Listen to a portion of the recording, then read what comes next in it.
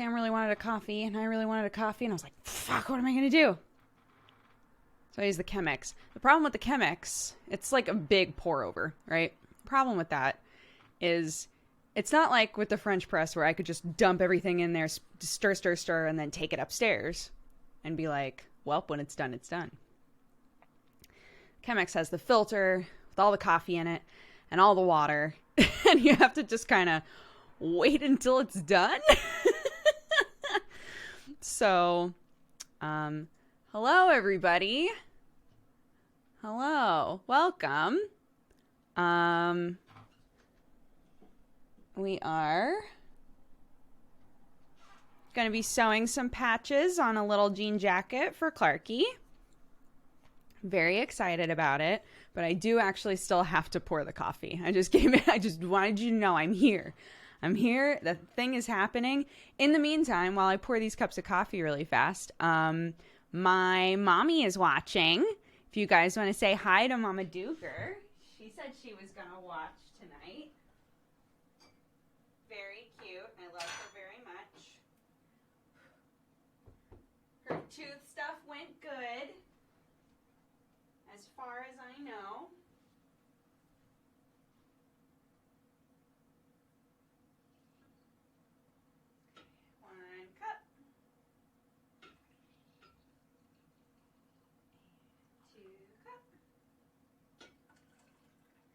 Wonderful. And then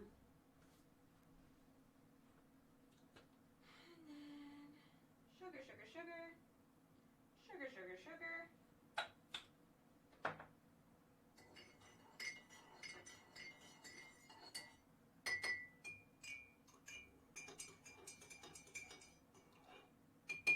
Okay.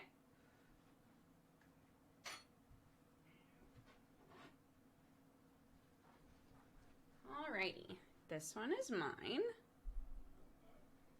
and take Sam his, and then we can get started.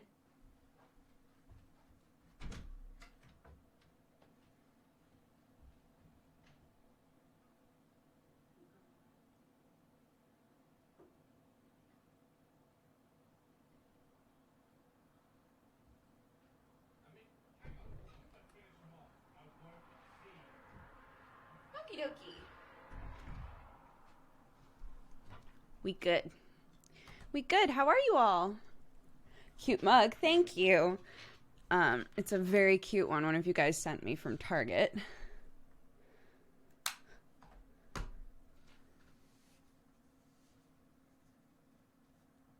Oh, yeah. It's one of the it's like mine. If you guys have seen my jacket before, my jacket is one that has like the fabric hoodie and then the like jean areas. This one's a little different, but it's basically like a smaller version of mine. So it's all one piece. It's all an illusion.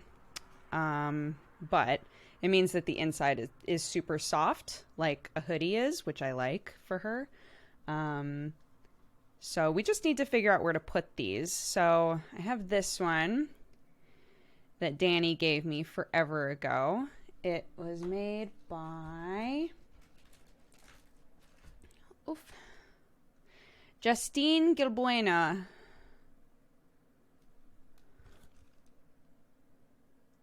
And it's very cute.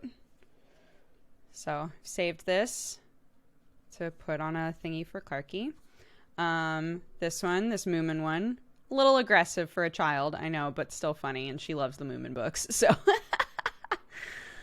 Clarky's asleep, so no, she won't be on stream tonight.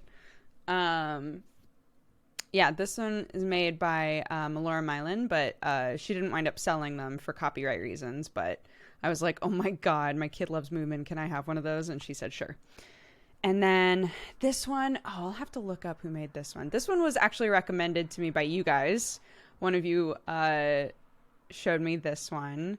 It's a UK-based artist. And it's very cute. Small steps every day. Adorable. And I got it off of her Etsy store. Not everything in this store is like adorable. A lot of it's like a little aggro. which I'm fine with. Just as a heads up. Let's see. Purchases. There you are. Katie Abbey. Katieabey. Katie Abbey. They make lots of stickers and pins and all kinds of things. And yeah, this one, very cute. Very cute for a little jacket for a little kid, so.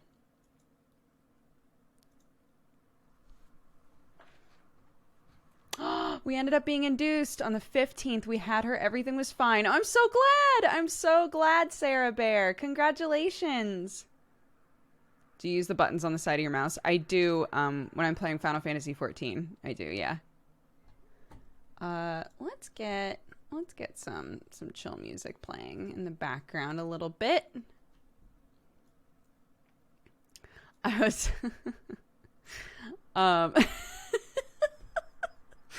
any of you who've been watching Strange Roads, the Arcadum show that I'm in, last night was the finale of the game that Sam is in currently. And he came to bed and was like, holy shit, honey. Like, this session was intense, and told me everything about it. And I went to the Strange Roads chat that we have, and I said, Sam told me about their season finale last night. It has me really sweating. I'm not ready for Arcadum to take the kid gloves off. And Kelly goes, no spoilers, but Kelly goes, it's okay. The last session shows we have really great problem solving skills. Oh, for any of you who watched our last session, Jesus. Like, oh no. Okay, anyways, what was I doing? Oh, I was looking for music. But yeah, any of you guys who were sending my mommy good vibes about her teeth, thank you very much. She's doing all right. Where is... Oh, there it is. Here she is. My royalty-free lo-fi gigantic playlist.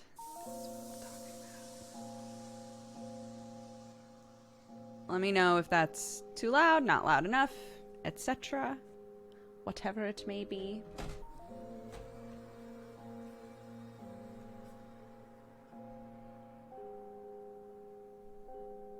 Ugh. Okay, put my coffee there. Got my water. So any of you who haven't been here for a study hall stream before, believe me, it is chill as. The basic idea is that sometimes it's easier to get stuff done as a group, right? Like a bunch of us all working on whatever we want to work on or need to work on. This is something I've wanted to do for a while, and I just haven't done it. So I thought it would be good for a study hall stream to just hang out and try to sew these on. I think I'm probably going to iron them on first. I don't know which of these are, like, legitimately iron-on. But at the very least, even if it fuses a little bit, it'll make it so that we're not, like, having to pin it into place, you know? But yeah, if there's anything that you want to work on, or if you just want to come here for some chill energy, either way, welcome.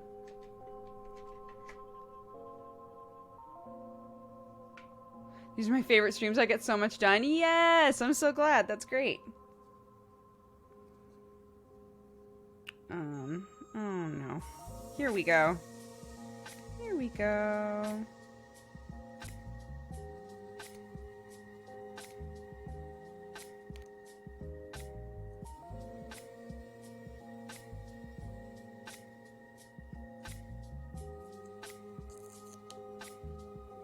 Starting bit is like under the sticky bit.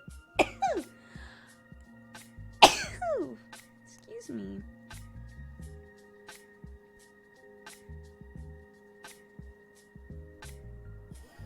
Cooking for the boyfriend and I. What are you making? This is important.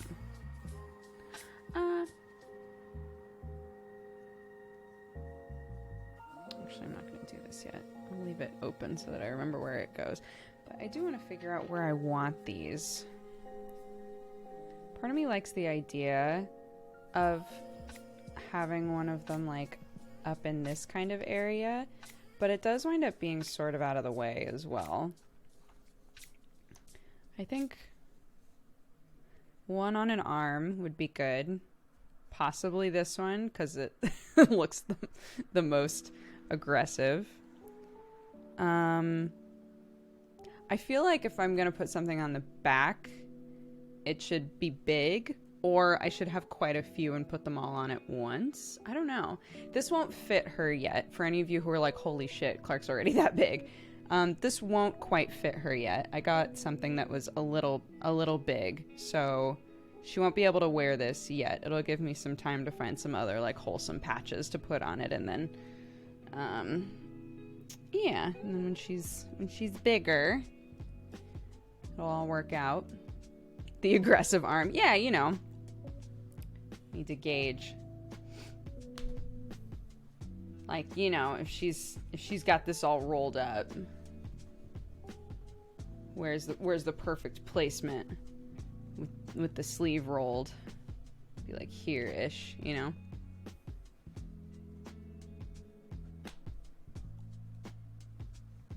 I low-key thought that was your jacket.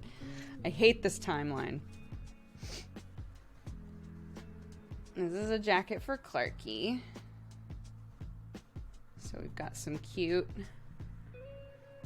little things on here.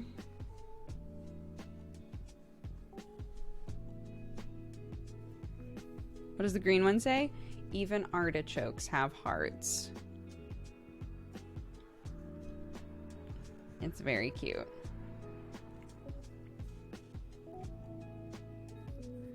Artichoke over the heart.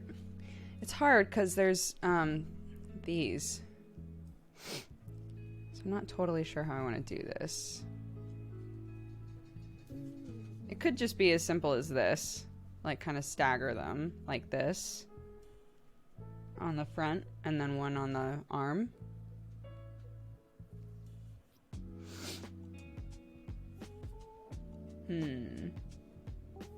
We can always start with I'm Baby and then figure out these ones, because I'm pretty sure I want this one on a sleeve.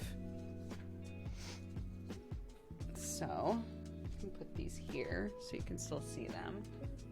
If I want to try ironing it, let's see. I think this arm is where I'd want it.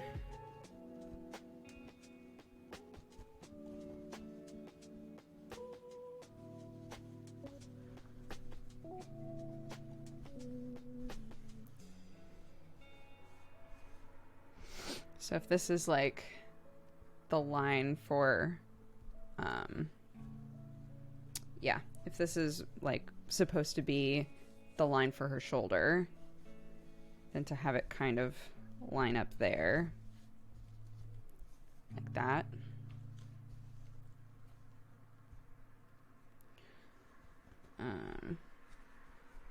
Yeah, because that's centered. It's hard. It's hard without having her actual arm here, but I think that would be right. Why is that Moomin have a knife? Ah, you know.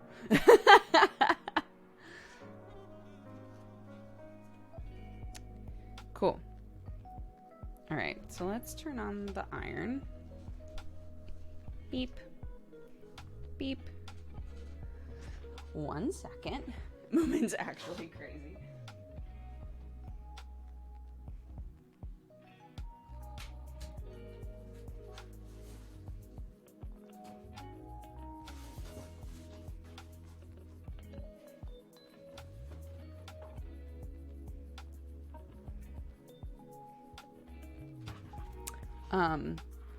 One of you guys sent us like an actual old Moomin book. And Clark always brings it to me to read it and then remembers that there aren't like actual pictures in it, that it's like an actual book. She brings it to me all the time and I start reading it And she'll listen for a little bit, but then she gets bored because she's like, where are all the cute Moomin pictures, like in my touch and feel books?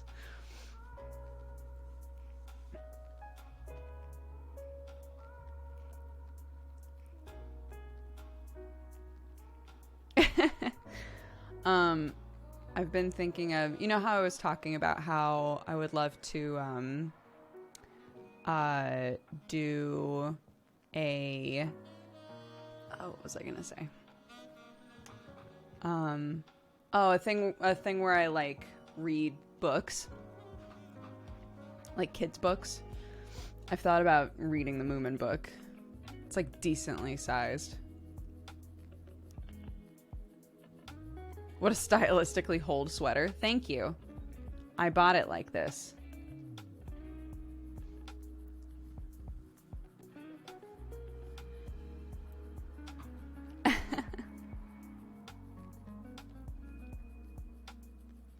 Yeah, I think it would be fun. Because some people would like it just to listen to someone read. And maybe kids would like it. I don't know. I just ate half a tub of ice cream. Oof.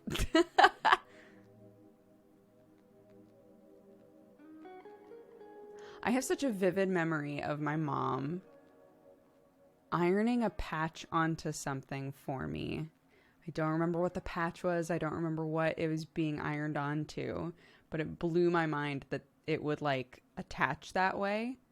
And she used to always do her ironing in the kitchen. So I remember like coming into the kitchen and she was ironing a patch onto something. Like the details are so fuzzy because I was little, but. Hi, Danny. I'm about to put this bitch on. Will you ask, Danny, if you're near Mel, will you ask, oh my gosh, Zoe! Zoe, thank you so much for the raid. Welcome, everybody. Guys, say hello to our raiders. Hello, hello. We are doing what I call a study hall stream. And study hall streams are where we all pick something that we want to work on and we work on it together and just hang out and chit chat. So welcome. There was also a raid earlier. There was, like, during pre-show. Oh my gosh. Boop, boop, boop. Luna Romy. Oh my gosh, I missed that. Thank you very much. Thank you, both of you, very much for the raids. This is a jean jacket that I got for my kid. And I have a bunch of kind of wholesome patches. This one, debatably wholesome. And we're gonna sew them on today and just hang out. So thank you guys. Welcome.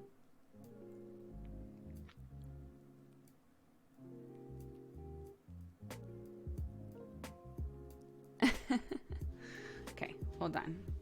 Let me iron this really quick. See how it goes. Hopefully I don't ruin it. It would be incredible if I did. Oopsies. Like incredibly bad, but you know, incredible still.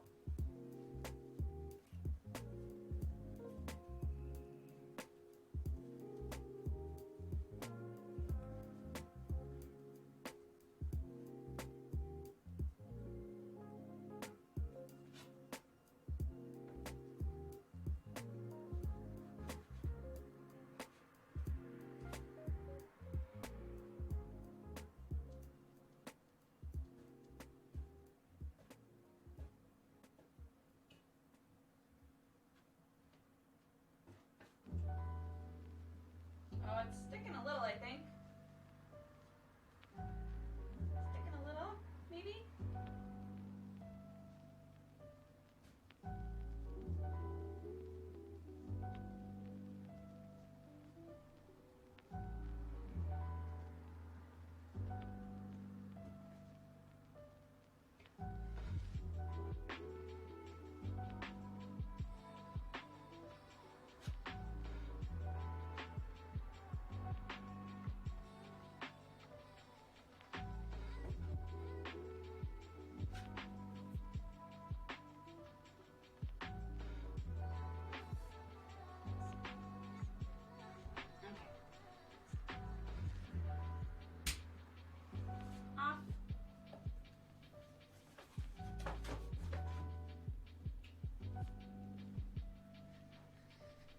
We just wanted to iron it a little bit so that it would stay in place, and then we can sew it. So it's stuck a little bit, which is perfect. And now we can sew it on.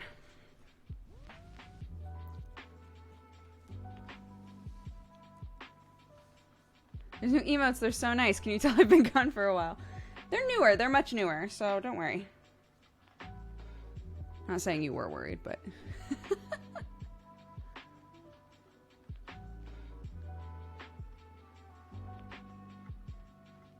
Did you want me to ask Mel something? Oh, no, it's fine. I was gonna ask if she could confirm whether or not these were iron-on patches, but it doesn't matter anymore. I was gonna try to iron it anyway. We all desperately want Cat Gang patches. All right, well, the right man's in the room currently.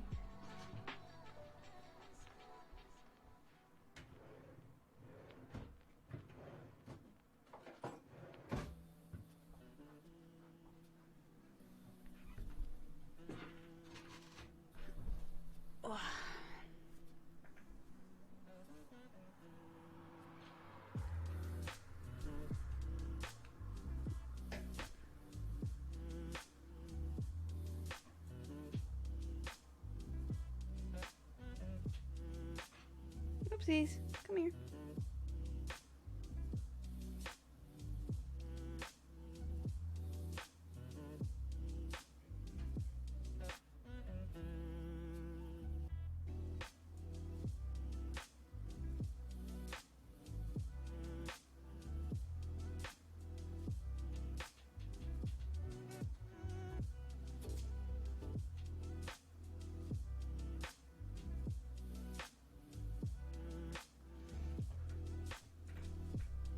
I'd like our raid emote as a patch.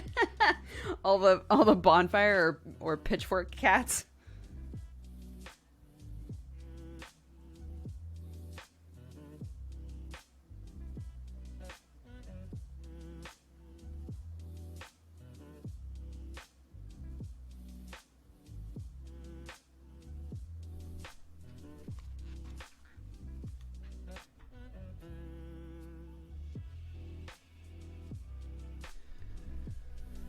Okay. Hello, everybody. This is going to be difficult, I think, to get in here properly. To sew this on.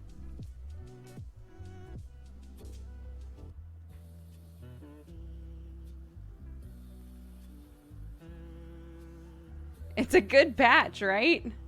The I'm Baby one? Yeah.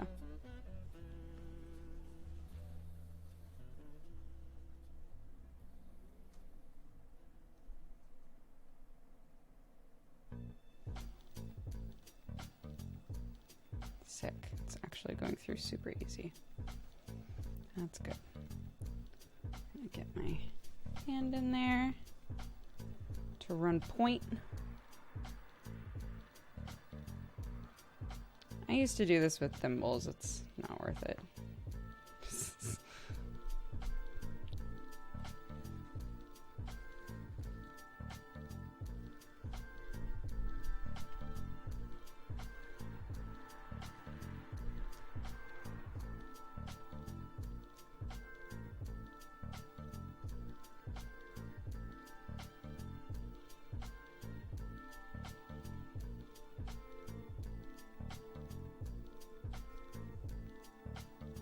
I don't know if my mom is here or is watching right now, but when I got back from Europe and I had bought a patch in every country we went to.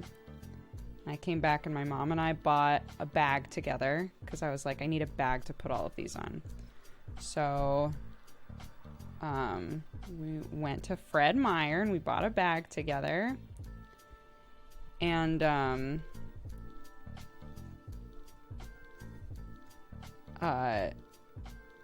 I must have just sat on the couch for like, I don't know, a week. Just like attaching all of these patches. And some of them I still look at and I'm like, I should redo that. Because it didn't turn out like super clean, you know?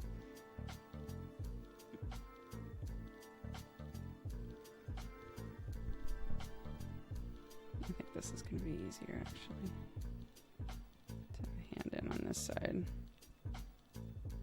But who knows? Is it really? Who knows? Here.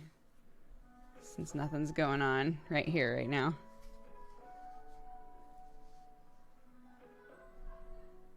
Here's my coffee cup. It's cute. That's all I got for you.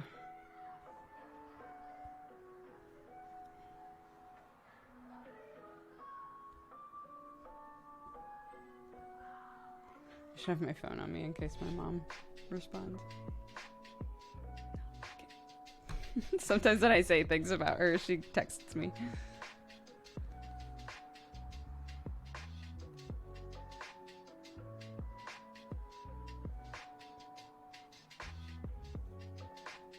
I love your fox mug. Thank you. It says, hey there, hot stuff. I couldn't remember exactly what it said. It says, hey there, hot stuff on it.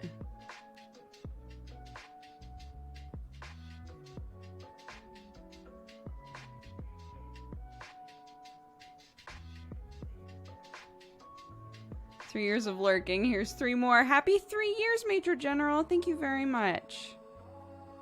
I appreciate it. Hope you've had a good weekend.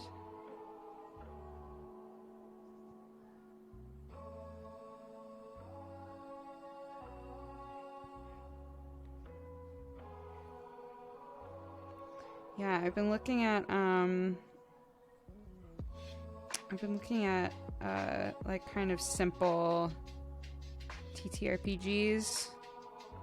If any of you saw my tweet asking about Lady Blackbird, I've been looking for games that I could like easily run with people without a lot of prep. And Lady Blackbird kept getting suggested. It's like a Firefly-esque setting. And I think it's going to be pretty cool. I'm excited. I'm going to try running it with a couple of friends and see how it goes, and then maybe try it with Sam's family.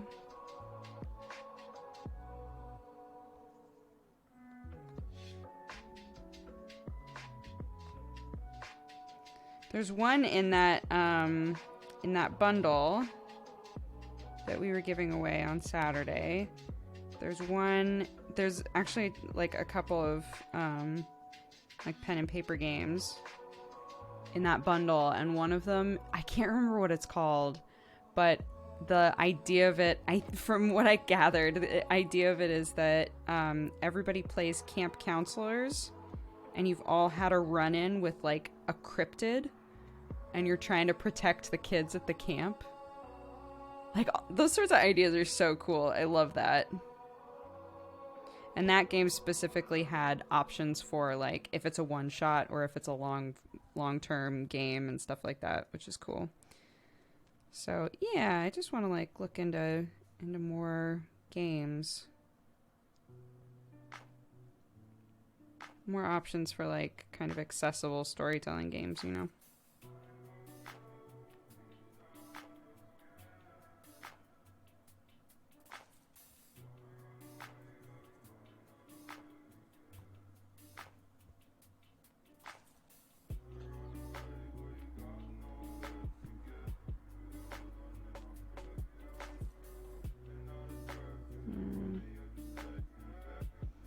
Trying to make sure that the black thread sort of, like, you'll be able to see it no matter what, but if it's right up against the blue, like the blue on the outside edge, it won't stand out as much. It'll seem a bit more intentional, you know. I'm finally playing D&D. I'm 8 sessions into the campaign. How's it going? Are you enjoying it?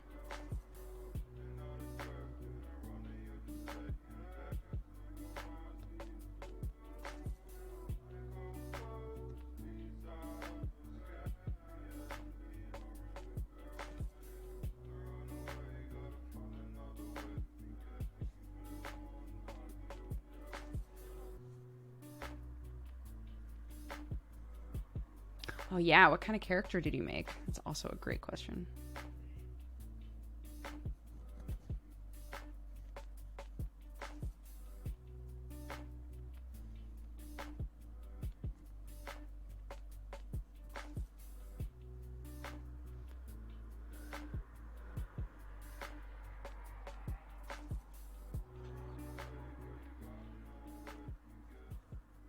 Yeah, I'm specifically looking for pen and paper stuff, so like tabletop RPG stuff.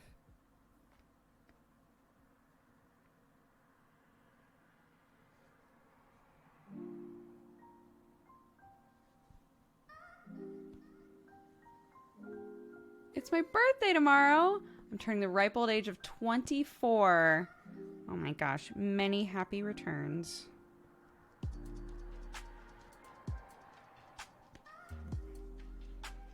Are you excited to turn 24?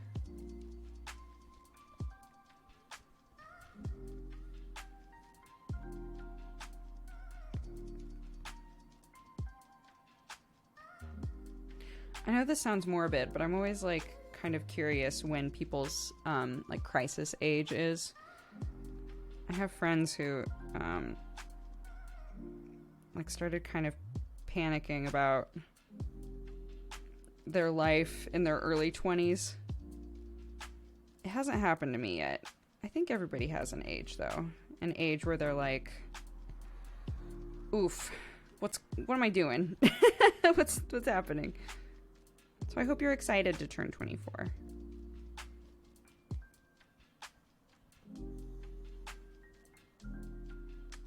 My crisis age was 12. I also have that friend, yeah.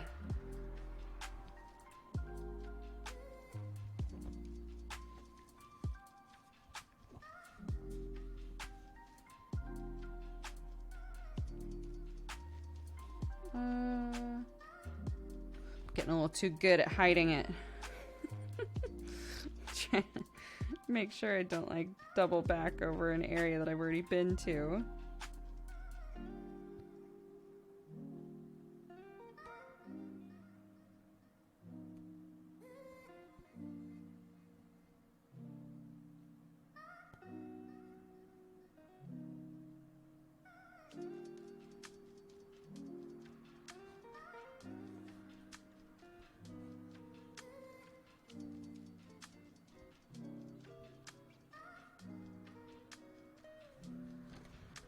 Are you all telling me the crisis is supposed to stop? I guess that depends on the person.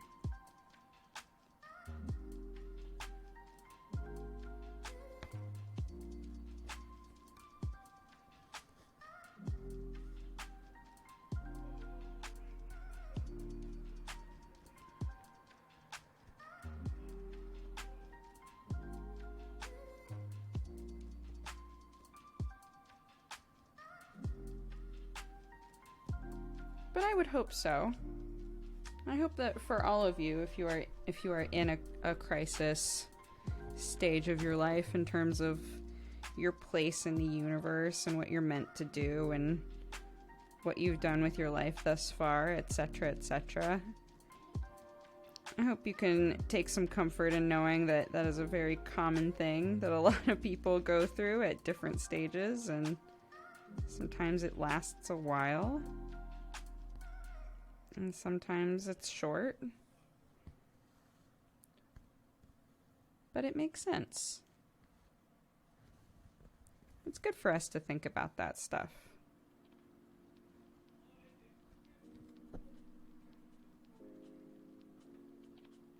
But I hope that all of you also have it followed up with a sense of peace about something.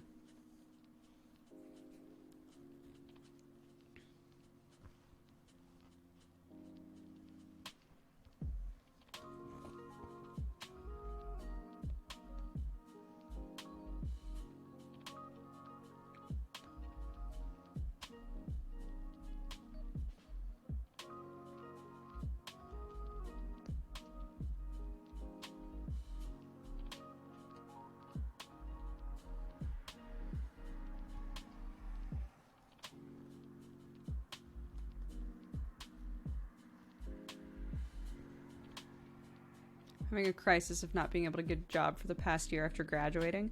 To be fair, a lot of rough stuff is going on right now. It's impacting the economy a lot. Depending on where you live, I suppose. But I don't think you should be hard on yourself.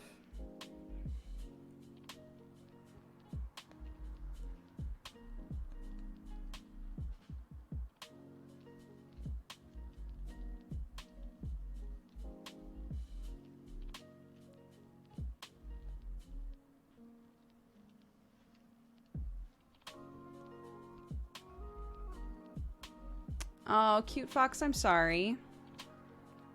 I hope you feel better. Go try to get some rest.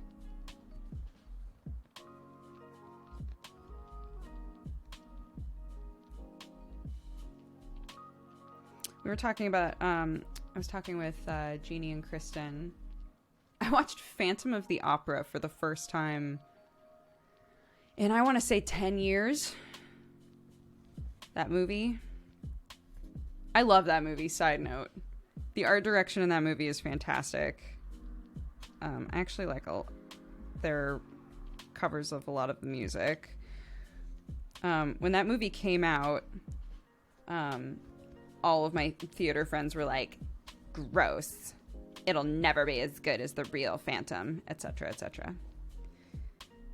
And I actually loved it. I thought it was great. And but I hadn't seen it in years and forever. And so I was watching it. I was talking with Jeannie and Kristen, and we were talking about like headache medications. It's wild. Over here in England, there are headache medications with like huge signs on them that are like highly addictive. Do not take for more than 3 days. Which is wild to see. Yeah, Phantom with Gerard Butler. I love it.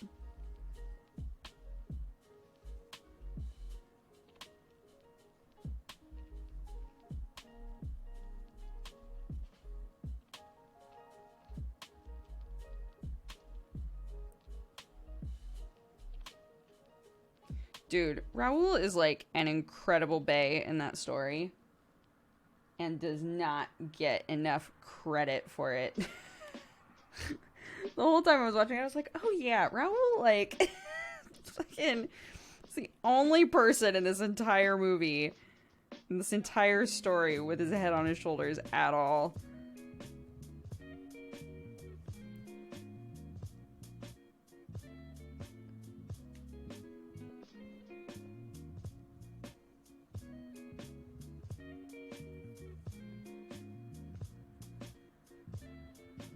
Like, Christine keeps being like... So I've also read the novel, and I actually loved it. I read it in high school, and I can't remember if I read it for high school. Like, if it was one of those, you can pick whatever book you want, or if I just read it. I don't remember. But, Christine, like... I know that this is on purpose, but if she's near the Phantom at all...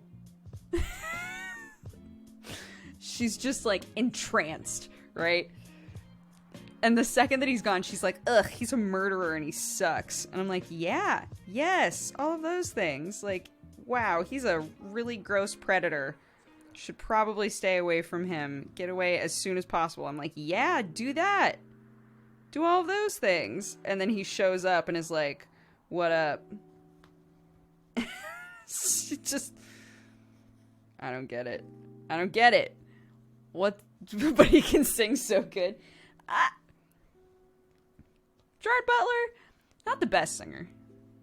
Also, it was really bizarre to see Gerard Butler with no facial hair for the first time in forever. It's like, oh yeah, there was a time where people asked him to not have facial hair. And then he did 300, and they were like, no, you are designed... You are designed to have a beard, or at least stubble. Never do that again. Never shave again.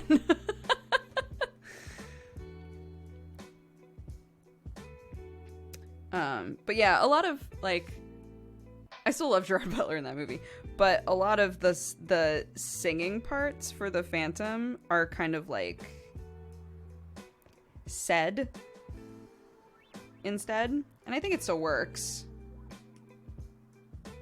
But I think that's probably because Gerard didn't really have the range to like pull off singing everything, you know? I've never seen that movie. Look, you should. Honestly, the costume design and the sets are incredible in that movie. The critics hated it. They hated it. But it got pretty okay reviews by like the audience, you know. I think a lot of the music they nailed. So it's a good movie. Yeah, I would recommend it. I just rented it for like $3 on Amazon. So I was like, well, you know, I haven't seen this movie in 10 years and didn't really think about it that much. So I'm not going to bother buying it. But I can rent it. So I'll do that.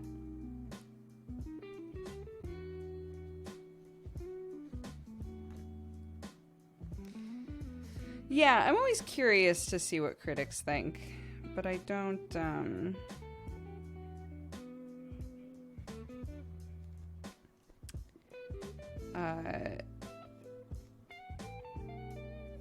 sorry. I don't tend to agree with them or really, like, care too much what they think. If that makes sense.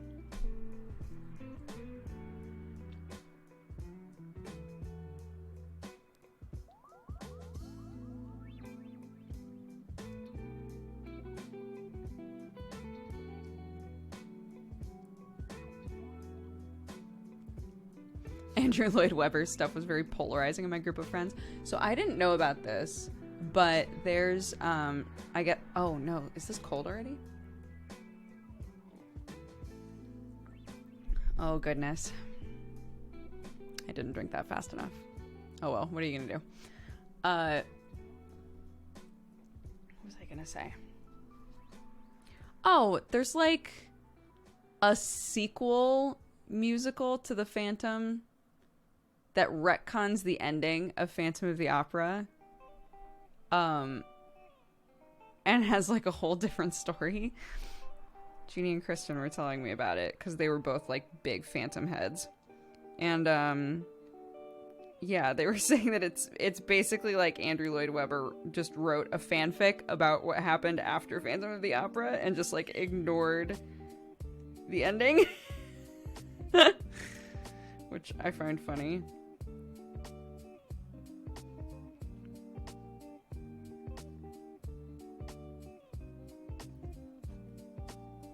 I don't think Sam is ever going to find you in The Witcher 3. Why do you say that?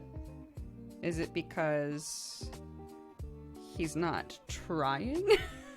Or is it because he's like, you know what? I'm out. Is he just getting wrapped up in all the good shit?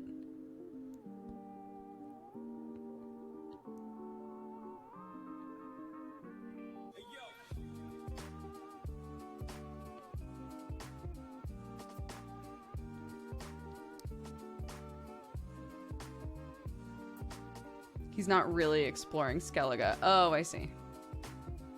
That's alright. If he doesn't find me, I'll just hold it against him for the rest of his life. It's fine. It's fine. I'll just bring it up all the time. I think if I saw a map of Skellige, I could point where we are, if I remember correctly. So, if he asks where to look, I think I would be able to tell him where to look.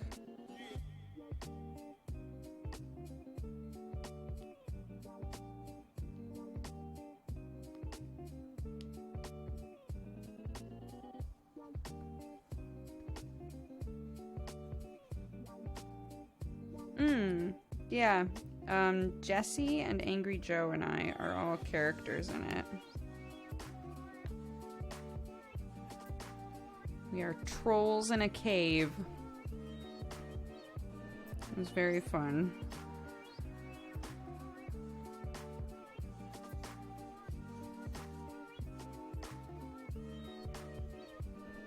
It's looking okay so far.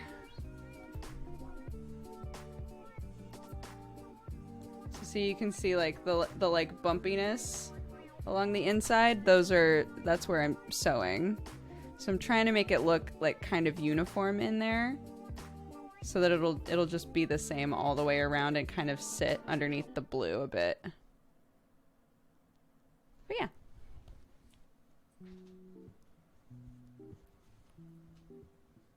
Bye, Avi.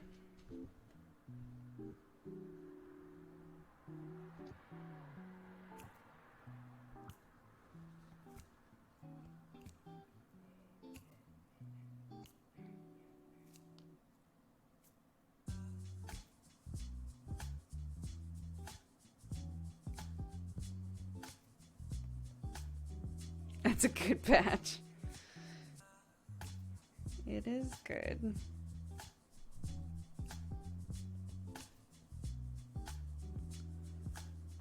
Is that a Moomin patch? It is. It's by Melora Mylan. She's lovely.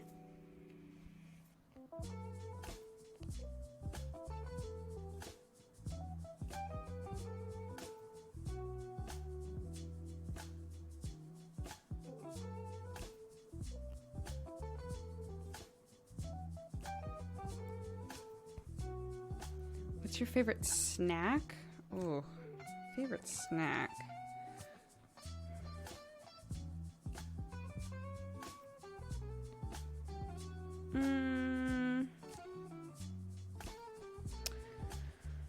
I don't know. I get a hankering for potato chips a lot, for crisps a lot, but normally I don't feel very well after I've had them.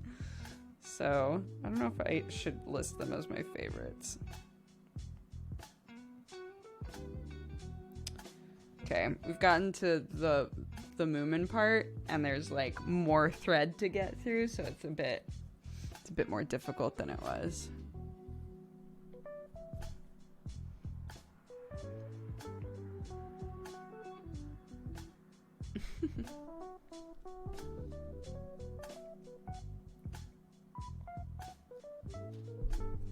I'm gonna go ahead and switch this up a little bit.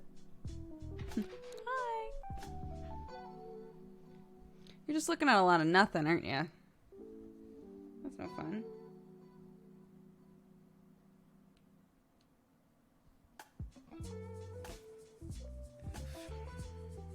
Can we get through there? Is the big question. Thank you, Arnar. Thanks for linking to Mel. She's great. You cannot find this patch, though. She doesn't sell it for copyright reasons. Cat-loving, coffee-drinking burrito. Homicidal Luggage! Thank you very much for subscribing.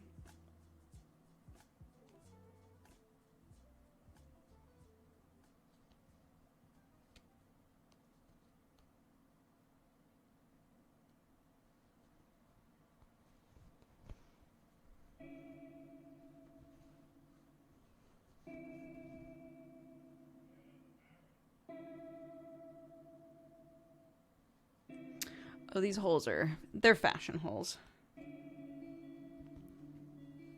I wish I could say that all these uniform tears happened naturally. That would be pretty dope, but...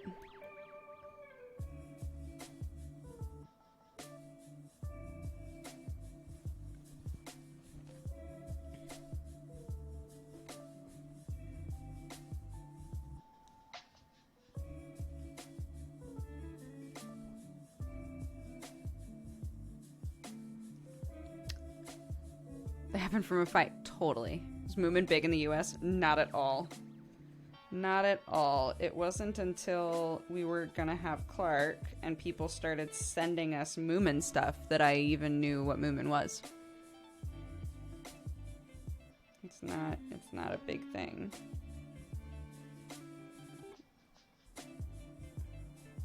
And then Mel just happened to make a Moomin pin, and I was like, what? Okay.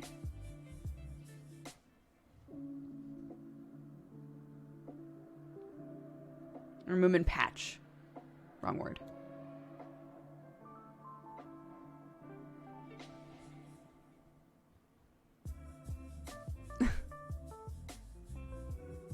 Moomin are huge in Japan? How weird. They're Swedish, right? The guy who wrote the Moomin books? Finnish.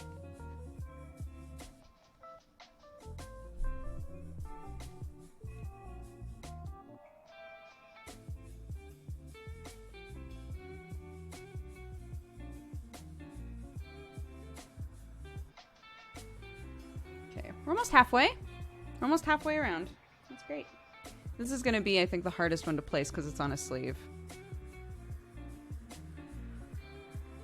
Both. He's Finnish, but he wrote it in Swedish. Oh, interesting.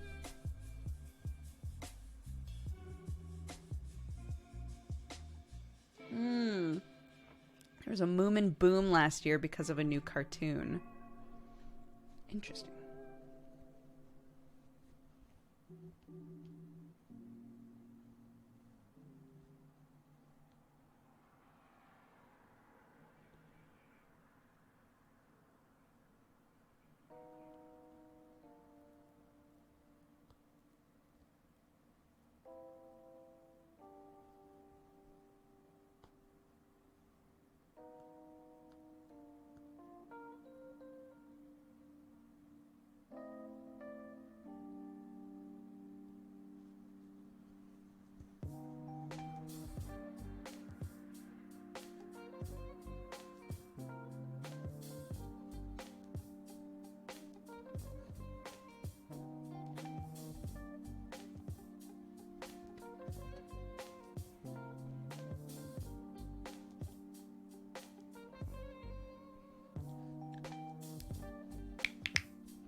Sorry.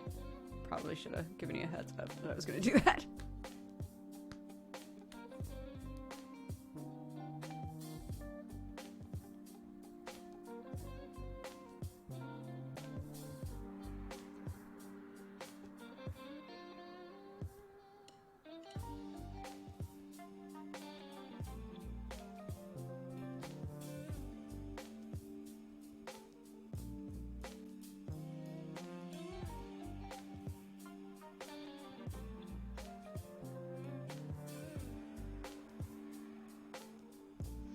For anyone who's come in since we started, this is a jacket for my daughter, who is 2. I'm adding a couple wholesome patches. This one, not as wholesome, but she loves Moomin. These are the other 2 that I have so far. If you've seen a super wholesome patch online by somebody, feel free to link me.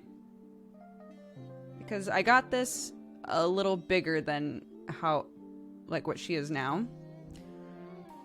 Because I'm hoping this could... She's pretty small. I'm hoping this could fit her for a while. Getting it a little large. So I have some time to add a couple more things to it before she would start wearing it. And then, you know, she'll just be the dopest baby at daycare. Plan.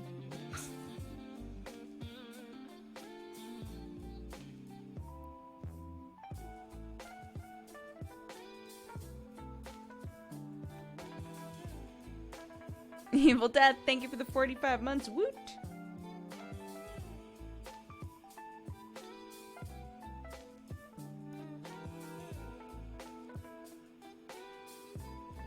Thank you, everybody, for hanging out. If you resubbed, appreciate it. I hope you're enjoying the stream. I hope you're feeling relaxed. No, we do not have a P.O. box.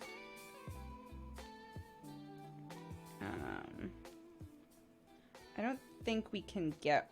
I think we still can't get one currently, but I'm not sure.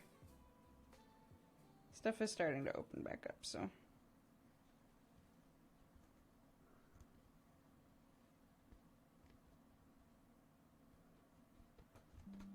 let us send you crap.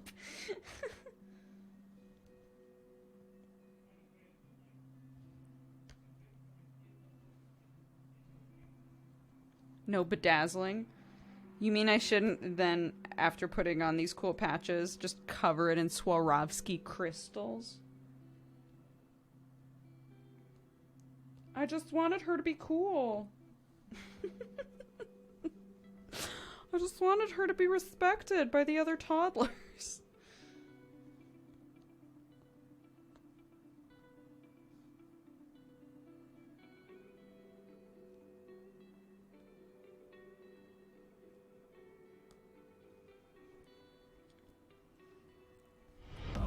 Welcome, you fine cat. Slim Thunder, thank you very much for subscribing. Welcome to the Cat Gang.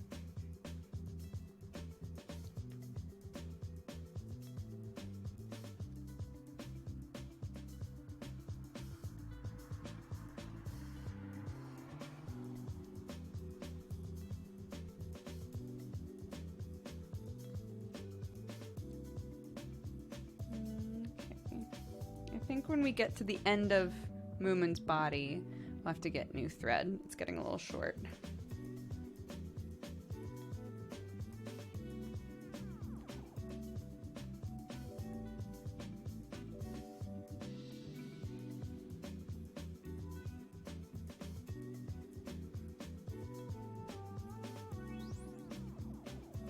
Yeah, this is Clark's little jacket.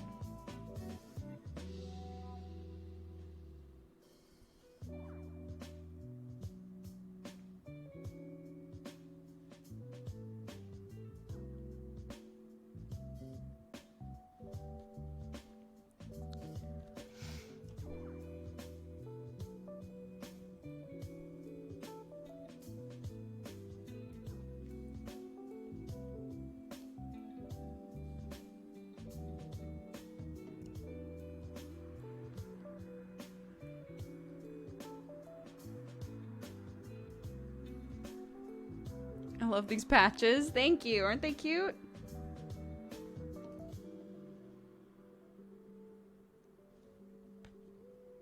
Yeah, this one I think, if I remember right, Danny got a blind bag of stuff from a booth at a convention we went to.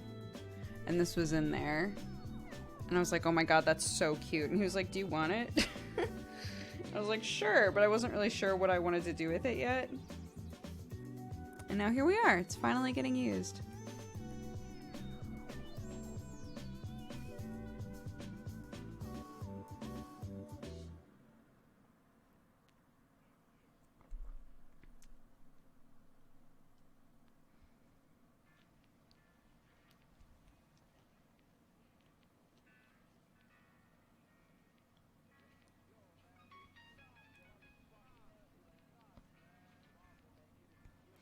Coffee is important, and now I can share it with the coffee mom herself. Aw.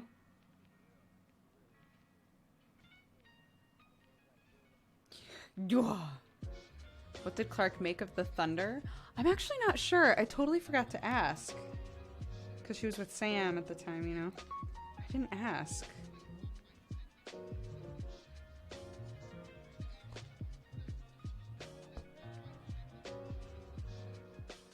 But I think if she was upset, I would have found out about it. I just tweeted you a site with some super awesome patches. Most are not wholesome, but some are really cute. Awesome, thank you. Yeah, that was like this one. The website for this one is like... It's a lot of... They're all cute, but they're definitely not all wholesome.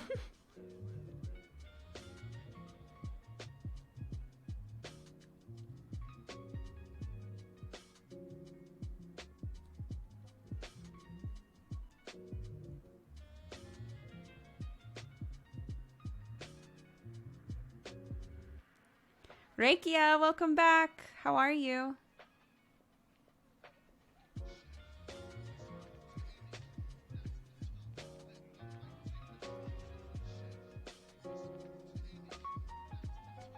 Yeah, to be clear, like Dexterity Bonus used to be my vlog channel. But it's a VOD channel now because I stopped doing Coffee Time. Coffee Time was my daily vlog that I did for a few years. But I stopped doing it, and since it shares a name with the Twitch channel, it just made sense to turn that into the VOD channel. So guess what we did.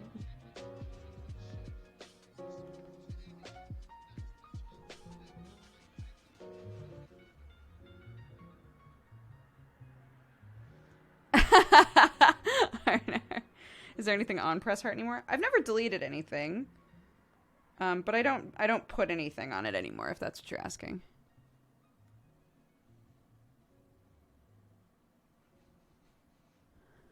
These are the patches. Okay, I'm gonna click it now, and that way I can scroll through it later. Oh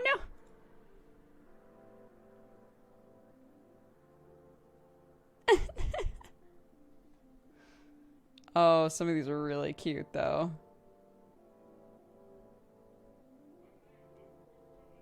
Stressed and blessed. I should get that one for mine.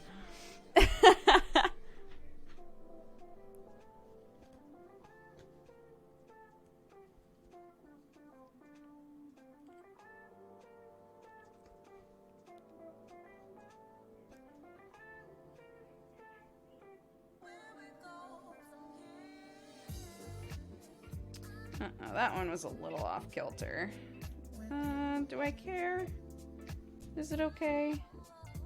I kind of care. And I said I was gonna start with new thread anyway. I'm gonna pull it out. I do care. I do care.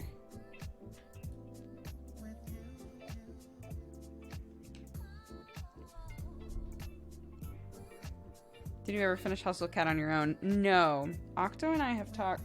I don't think he'll care if I say this. Octo and I have talked about... because he really, really wants to come visit Sam and I. And so we've been talking about potentially doing... when he comes out to visit... doing a... like a long stream... where we just, like, try and do a bunch of the routes that we haven't done yet.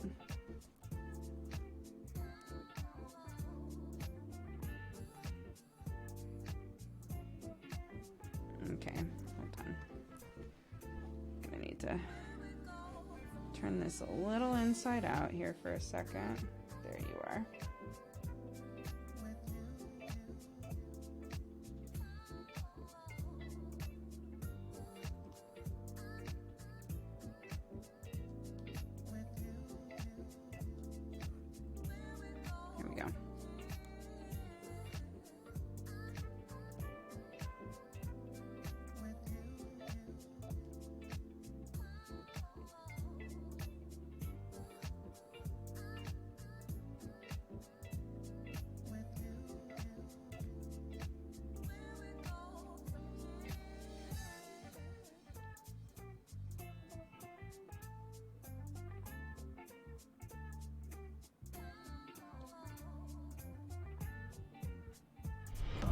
Welcome, you fine cat-loving, coffee-drinking burrito babe.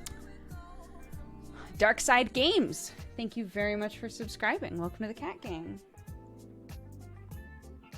Lots of new subs today. Thank you guys. Appreciate it. I hope you're all having a good weekend.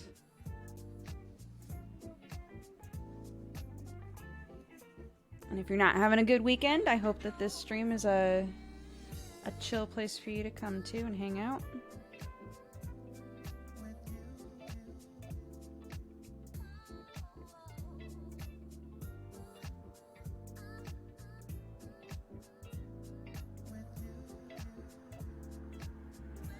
Yeah. Zoe brought us a bunch of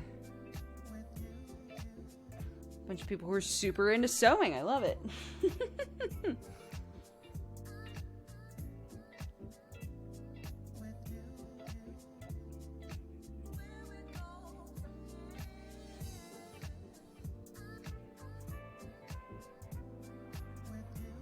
Octo was saying he's gonna do Pixelmon again. Do you think you would do it again? I don't know. It was fun, but like every time I've done a Pixelmon-y thing, I haven't really like committed enough to complete anything that I wanted to do. Does that make sense?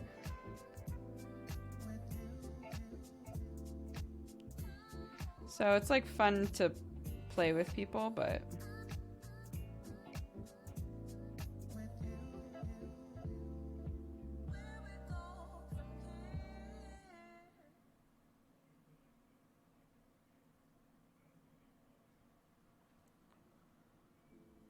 what the heck is Pixelmon? Pixelmon is people like recreate Pokemon games or Pokemon campaigns inside of Minecraft. And it's very cool and it's very fun.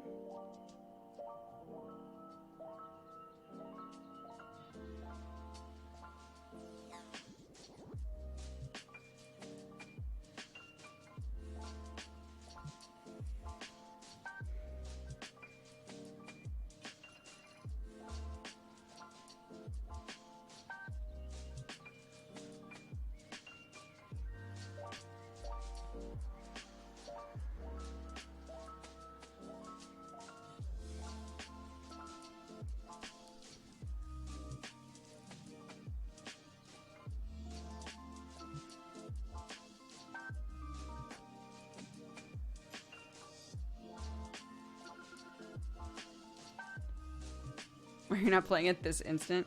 Because I'm not like a big Pokemon person. I was really into Blue. When Red and Blue came out, I was really, really into Blue. Played my little heart out. Was obsessed with it. And every Pokemon since then, I've started playing and dropped almost immediately. So I don't bother buying them anymore. Because I know I'm not going to actually play them.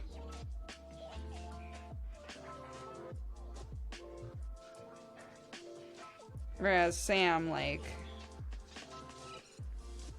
husband, he,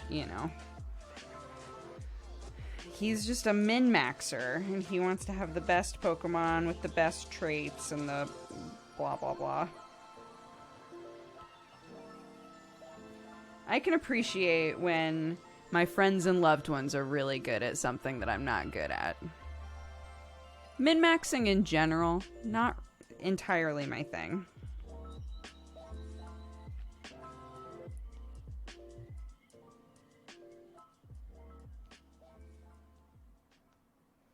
But for Sam, it's like a... I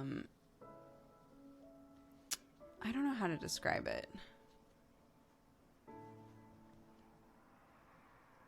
Whenever people are like, oh, I see. So they're a tryhard. I'm like, yeah. They adore figuring out how to play the game to the best of their ability. It's a great like brain teaser for them. They love coming up with better builds, better combos, better everything, I don't think that being a tryhard, so to speak, should be an insult, right? It's a way to play. It's a way that certain types of people with certain types of brains really like enjoy a game. And Sam is definitely one of those sorts of people. He really likes figuring out how to make things work optimally, I guess.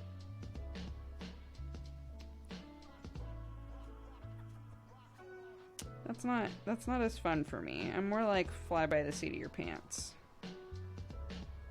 Some games I get into kind of the nitty-gritty of a bit more. I think I'm much more that way with like Darkest Dungeon, because I just loved playing it so much. And it felt like there was so much at stake, right? It's like, if I don't take it a bit more seriously and pay better attention, everybody dies. So So it's good for me to pay more attention and learn how to play this game a bit more efficiently, so that people don't die, because I'll be sad, etc.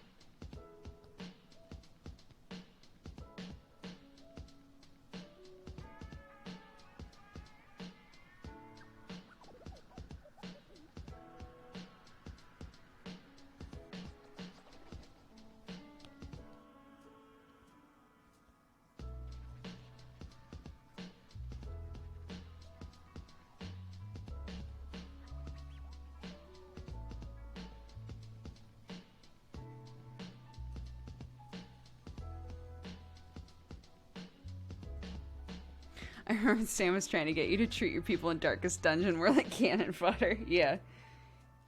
He's realized, though. He's realized that I can't play the game that way. The second that you're in my crew, I will take care of you. I'll do my best. And man, when we got to the end of Darkest Dungeon and people started dying, I was so upset. But we pushed through. Beat that frickin' game. Not with DLC. I don't know that I could ever beat that game with DLC. I don't know that I have the fortitude, but man, that game is fun. What a great game. I'm really excited to play the second one. When those two characters died at the final boss, I was so afraid. Dude, me too.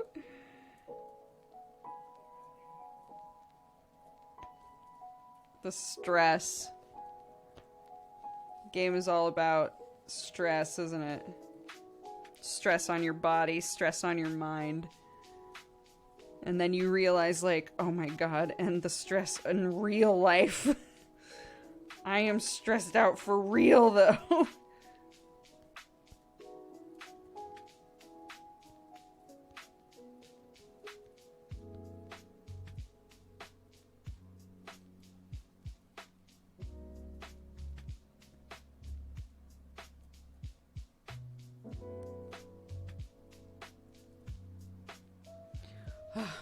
My fingies.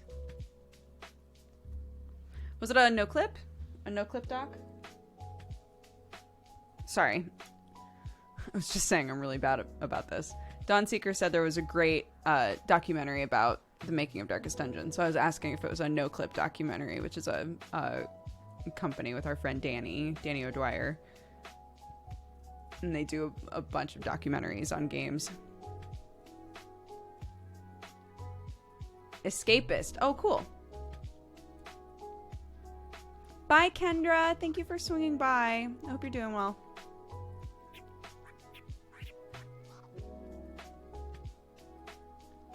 I'm trying to learn Scholar. It's stressing me out. It's so different from White Mage. Getting my brain to switch is hard. Yeah.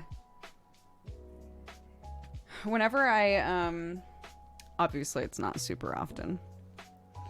But whenever I try to play something other than White Mage in Final Fantasy XIV, it's always DPS. I've never tried to play a tank. But playing DPS, I still find myself staring at people's health bars. And I'm like, that's not my job. That's not my job. That's not my job. That's not my job.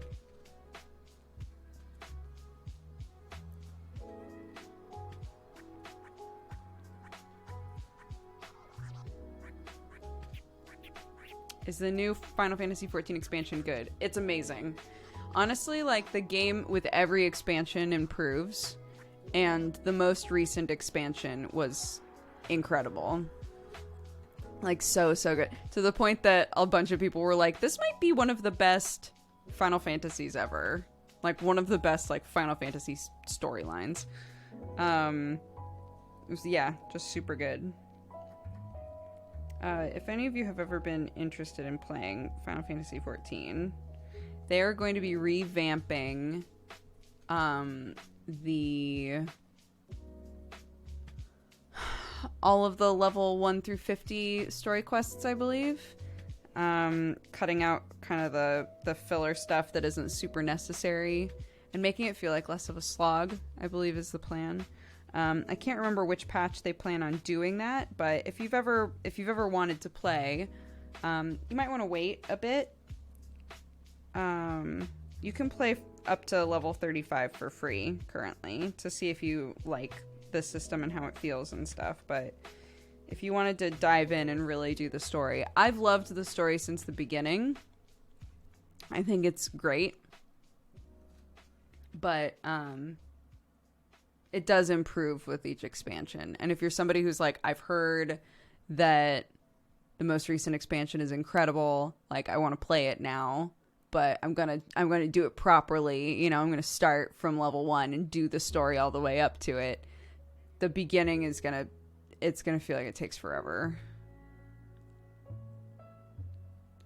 It's coming next patch, but it's been delayed because of COVID. Right. I think someone was saying that during one of our Final Fantasy XIV streams. Do they allow add-ons? I don't love the UI. They don't allow add-ons generally, but you can go into there's a HUD menu where you can literally move everything around, change the size of everything, hide things. So if you've ever watched me play before, I literally set up my screen to look like that. So if you're like, this looks like garbage, that's all me, baby. That's all me. I did that. Yeah, you can make it as messy or not messy as you like.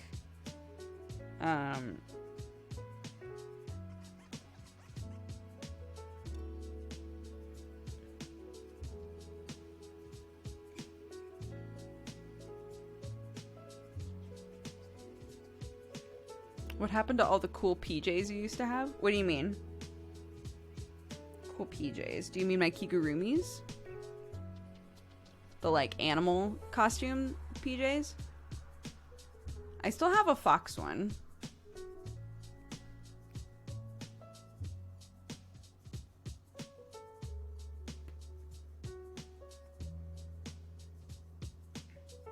Sam used to have a dinosaur one, and we got rid of it. Welcome, you. And the fox one that we used on Friend Zone went missing at some point. Rip. I want to believe that somebody who's at the office was like, I just love Friend Zone so much, I'm gonna steal it. I want to believe that, so that I know that it's in a loving home.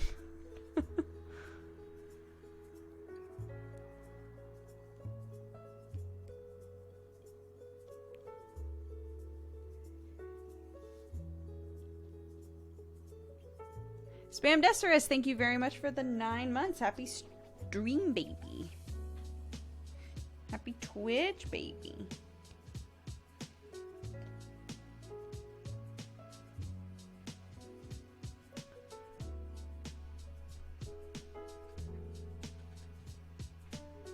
Almost done. Almost done with this one. Yes. Yeah. I think that's going to be a good spot for it. I think that'll be good. Yeah. And I think it's lining up right. Yeah, that should be good. I'm happy with this. This isn't like the pillow. Remember when I was telling you guys about the pillow? Bye-bye, Marianne. Sleep well. I have a pillow. So someone a long time ago cross-stitched me a thing that says, bless this mess. And when we moved, the sofa set that Sam's brother gave us, there was a pillow that like matched up really, really well with this bless this mess thing. And I had brought it with me from Los Angeles, and I was like, okay, I'm going to sew the bless this mess onto the pillow, and then we can put it in the living room and it'll be adorable, right? And I got so far through it and then lifted it up and looked at it and realized that it was not centered. And I was so sad. So it's still just like sitting, waiting for me to fix it, and I haven't done it yet. Because I got so far into it before I bothered to, like, double check and look at it. So silly. If anything, it adds to the message. Yep, this is a mess. Truth. To the person who was asking, this is a little denim jacket that I bought for my daughter, who is 2 years old. So this is gonna be a little big for her. It's like a size for like a 2.5-year-old, basically. But she's kind of small. I'm just hoping that I can put a couple cute patches on this, a couple like cute wholesome patches on it. And then when she fits it, great. And hopefully it can last for a little while. If it doesn't, just seam rip the patches off and put them on a new thing. It's fine. I really need to fix her backpack as well. Her backpack, the plastic bit that like holds, that you can, use to adjust the slings. One of the plastic bits snapped in half. So you have to like cool guy one arm it, which is not great for Clarky because she's small and she wants it on both arms. But she keeps saying, "Mommy, mommy," not like that. She keeps saying, "Mommy, the backpack is broken. Mommy, fix it. Mommy, fix it." I'm like, okay, I'll fix it. I made the mistake, although I do plan on doing it, but I made the mistake of when she had mentioned it like 4 times in one day. I was like, I will fix it. I promise you I will fix it. So now I am legally obligated, verbal contract, to fix it.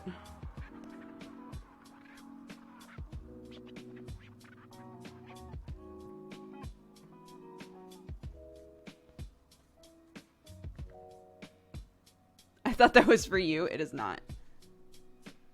Get her some pro metal rock climbing hardware. I love the idea of that on a backpack with like teddy bears all over it that just says Clark. And then like these glittering metal hardware pieces to keep it all together. I'll double check what the zipper looks like. As long as whatever I use matches the zipper, then like who gives a shit, right? You're a fixer. You like handy stuff. I do. I do love a project. But as I've established before, I'm not great at finishing a project. So I like that this fix would be a small one. It would be very doable. That's like a 1 session thing. I just heard Sam scream, "What is this choice?"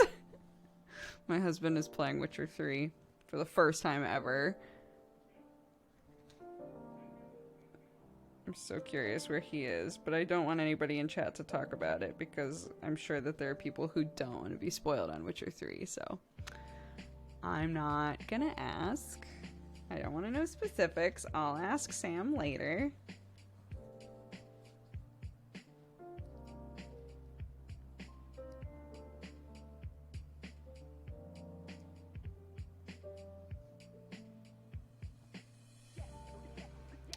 I just got into wood burning thanks to your pallet table video. What? That's so cool. That's very cool.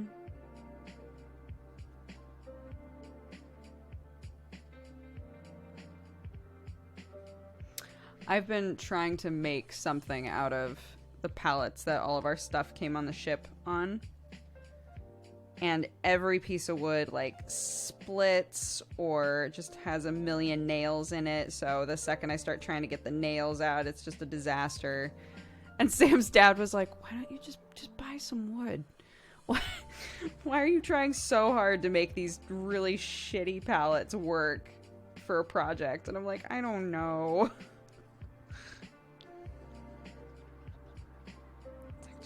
If you have something you want to make, just buy wood that you know isn't gonna fall apart on you and make whatever it is.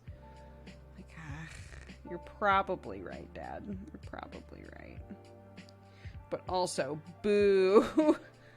Also boo.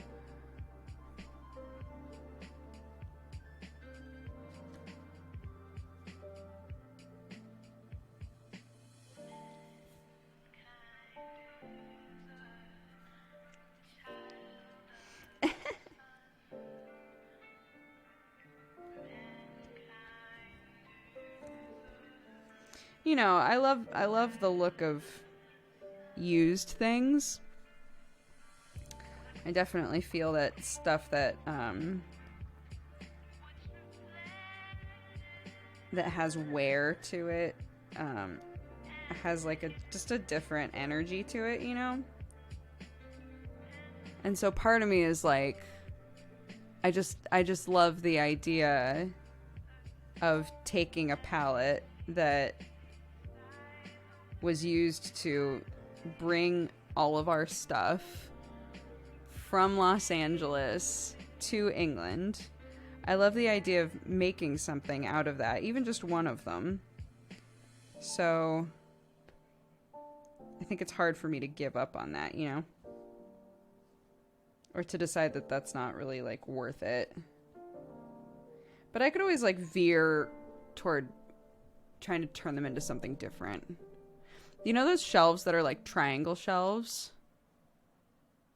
They're very like, I don't know if this is the right word, but like the kind of Striga household aesthetic stuff that's like triangles and stuff. I've thought about trying to use like salvage pieces of wood to try and make something like that for some cool like shelving.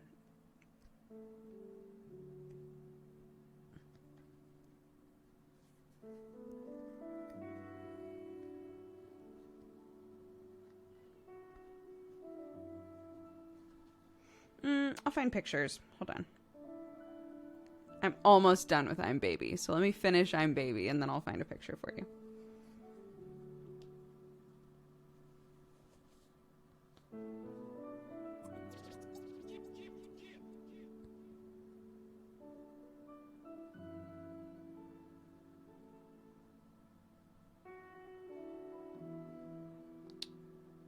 Let go of me. There we go.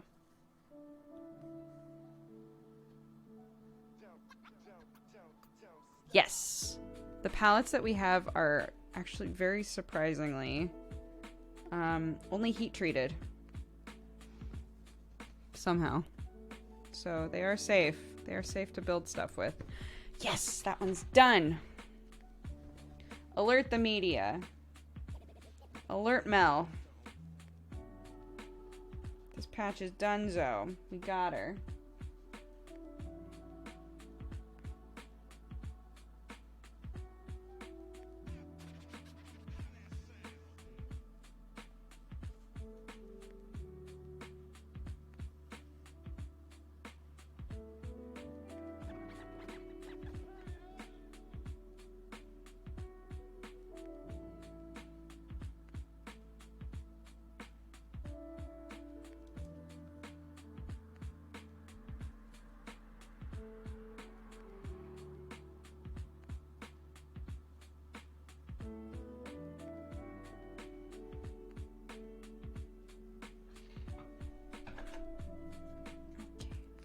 There we go. One down.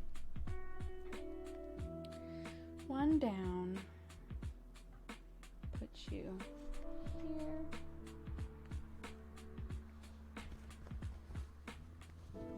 There we go. First one. As it gets washed and used and stuff, it'll loosen up a bit. But yeah. First patch on there. Wonderful, wonderful.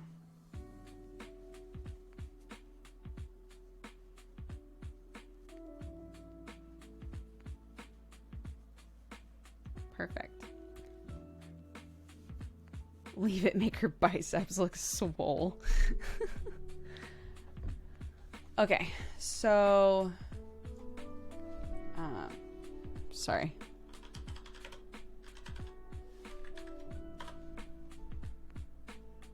Yeah, this sort of stuff. I guess, yeah, I could have said, like, well, no, because that's not exactly what I want. Hold on. Sorry, this is, like, not helping you at all. Give me just a second. Like this kind of a thing.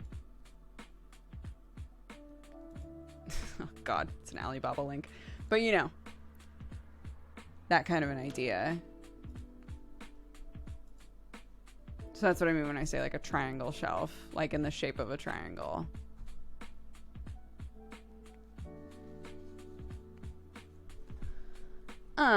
We have some Valentines that I haven't read. Also, shout out to both Kendra and Sir Bush Wookie for reminding everybody to hydrate. Thank you both. Grimboy, during MangaPod, I think, said, "Lou, my sweetheart, when will you come back to me?" Brenera Bread said, "Thanks for the birthday wishes. Even if it was yesterday, Cat Gang is full of such wonderful people." Bushwookie says, "It's 7 a.m. here. Coffee is important, and I can share it with the coffee mom herself." Mikomi says, "Thank you everyone for being lovely, excellent company, and creating chill vibes during this stressful time. Remember to unlock and untense your jaw, relax your shoulders, release all that tension, take a big deep breath, and hydrate. Look after yourselves." Agreed. Echoed.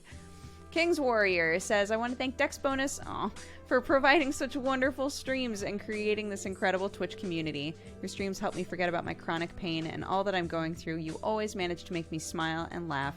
I appreciate you more than you know. I hope you see this at some point so you know how special you are. Thank you very much, King's Warrior. You always leave such sweet messages." Thank you. PG Wipeout says, "Much love to my maniac minions who have been driving me mad all day." Oh, okay. I need to take a second. Feels like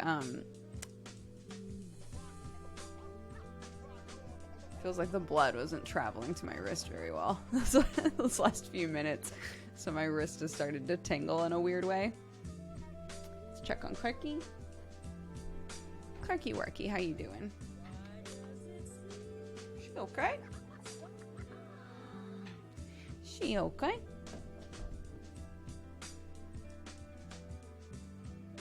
Yeah, it's stretch time.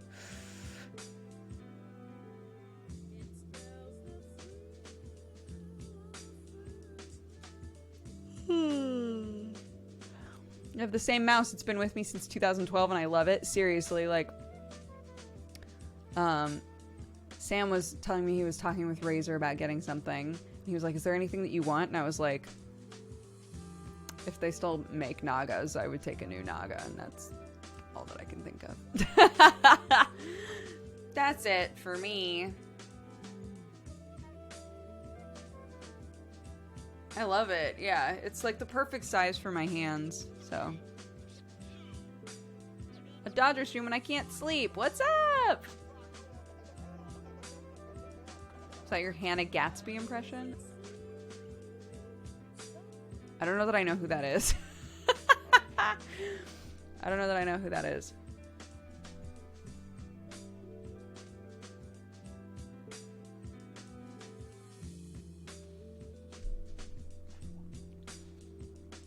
I'm just gonna let it hang there for a second.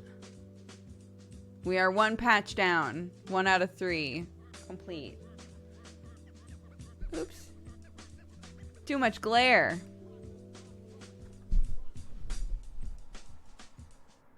I'm baby. So yeah. Cute little jacket, right? Got that one. And then we're trying to figure out exactly where we want to put the other two. If we want them both on the front and then leave the back open for like a bigger something. Or if we want to put one here and one maybe lower on the back. So it could be like this kind of a thing, which could be cute.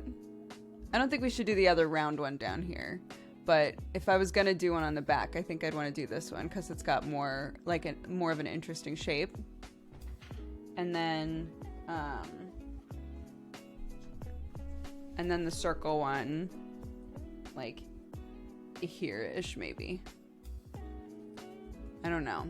But a lot of people feel that because the artichoke one is talking about hearts, that this should be near the heart. The only issue I have with that is that we have little pockets here that make it difficult. So it would have to be, like, either under, which looks kind of odd, right? Because there's pocket and then patch and then nothing. I'm not sure. There's also another little pocket here, I'm realizing. Wow, that is a tiny pocket. That is just for show. This is worse than, like, my trousers.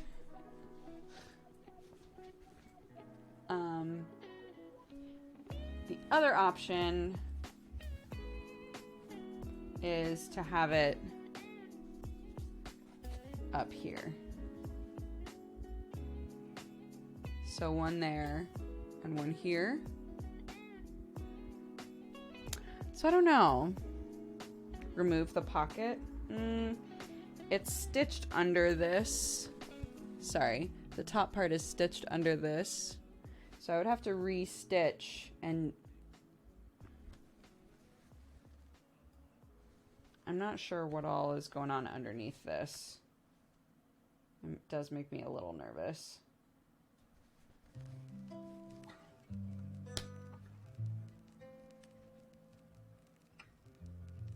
I don't know that I have a seam ripper.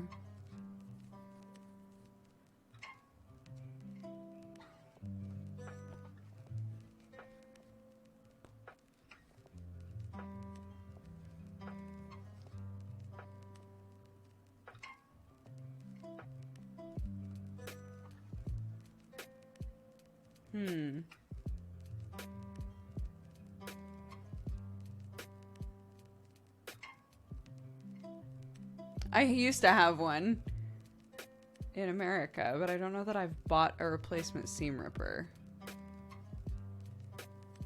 Heart on the sleeve is a good shout, but we already have this on the sleeve, and I don't know that I want to put two patches on sleeves right off the bat.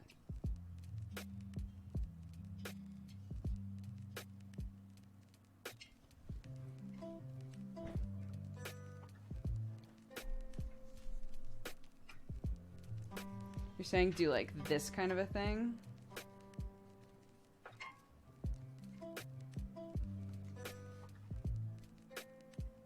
I don't know about that. I get the idea of like putting it on top of the pocket. I get that. But with this overlapping, sorry, you can't see shit. With this overlapping, I think it doesn't work quite right.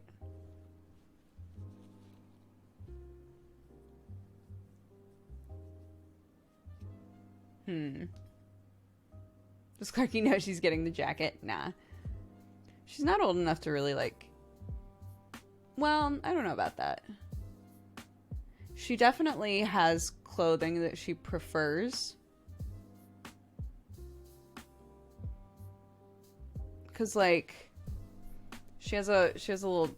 soft little dinosaur dress that I got her from Old Navy. She loves that dress. And she'll, like, mention it when we're not even... She'll, like, talk about her dinosaur dress, right? Like, so she really likes that. So she does have clothing that she likes, but I don't think if I showed her this and she had no reason to care about it, I don't think that it would register for her as, like, something to remember or, like, store, you know?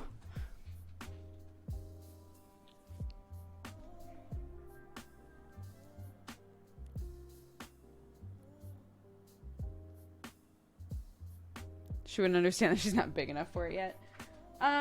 If we put it on her, she definitely understands the concept of, like, it's too big, it's too small. If she put this on and it was too big, she'd say, it's too big, mommy. So, yeah.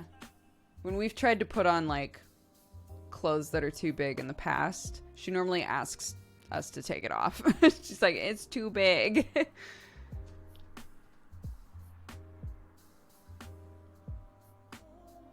Any cute Clarky food stories today? Cute Clarky food stories. Let's see. Cute Clarky food stories. Sorry. Trying to make sure we're still like kind of on track with what we're claiming to be doing. I don't know. I'm trying to think.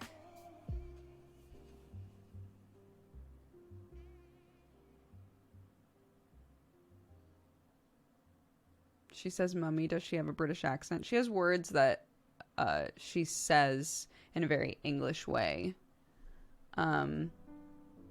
She says tomato.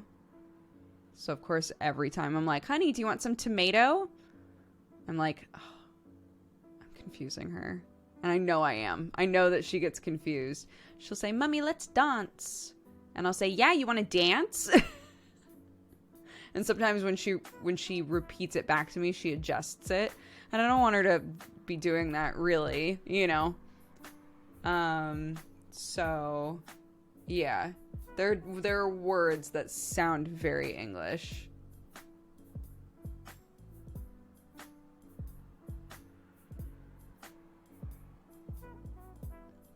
Are there any foods that are a no-go with Clark? We'll offer her everything, really. And she'll decide if she wants to try it or not. She's pretty good about at least trying it. So if she like goes to take a bite of something or tastes something and puts it back and says, no, I don't like it, I'm kind of like, you tried it. That's all that I can really expect. You know, like, I applaud that. Thank you for trying it, right? I will continue to offer it to you because we know statistically that typically kids need to try something a few times and also see their parents eating it before they might enjoy eating it. So for us, we're just like, oh, we'll just keep offering her everything. She generally doesn't like meat, which is fine. I don't eat a lot of meat anyway. And she's just like a carb loader, dude. She acts like she's bulking every day. If there's rice in the house, she'll eat all of it. She wants to eat rice, pasta, bread. It's like what she asks for all the time.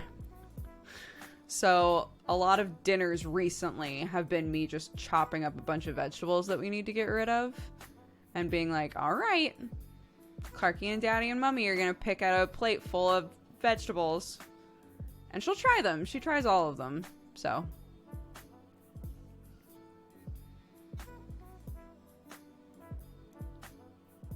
her favorite drink? She mostly only drinks water. She doesn't really get juice or anything.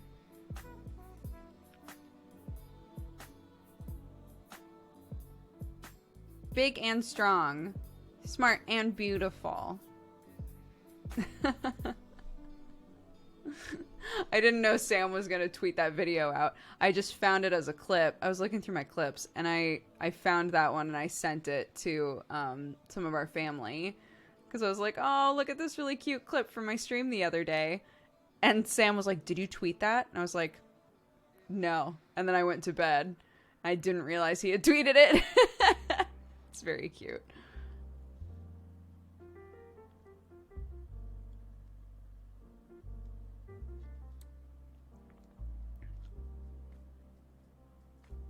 Yeah, my dad hates just drinking water.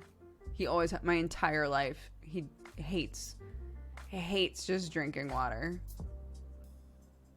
I'm like, Daddy, it's water. It's really good for you. It's water. He hates it though. Where did you find the best information for raising a little human? Oh God. People that I had watched with their kids and felt like they had a vibe that I appreciated and wanted to emulate, I would ask advice from. Other than that, it was a lot of reading. Just read. And I've talked before on stream about how you definitely, like, you'll wind up reading things and being like, Nope. Right? There's so many different ways to approach parenting, and you're gonna, like, if we're talking about like a really low stress sort of a thing, some people like offering like physical rewards for things. And I've never done that. I have no opinion one way or the other on people doing that, but I've just never done it. So like right now we're kind of lightly potty training. And a lot of stuff is like, yeah, a really easy thing to do is just to establish, like, if you use the potty, you get a treat. And I thought about it for a really long time, and I was like, I don't know that I would ever do that. It's not that I think there's anything wrong with it. I just haven't done that in any other part of her life. So I don't think that I would do that. So, you know, there's so much variation and nuance to how people raise kids and ideas that people have. And it doesn't entirely depend on just you either, right? Kids are also completely different, and some kids are going to respond to some things and not to others. I'm now in a family with, 6 kids? 1, 2, 3, 4, 5. The 6th is on the way. 1, 2, 3, 4, 5. The 6th is on the way. Yeah. So it's going to be 6 kids in a couple of months here.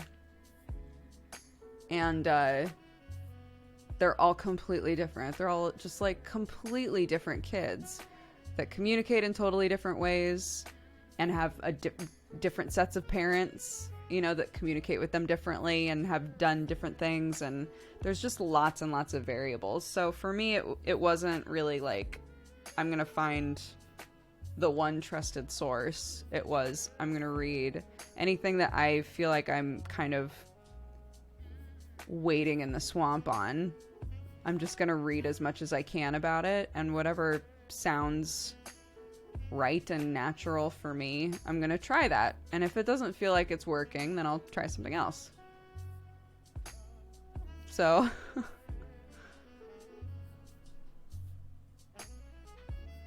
yeah.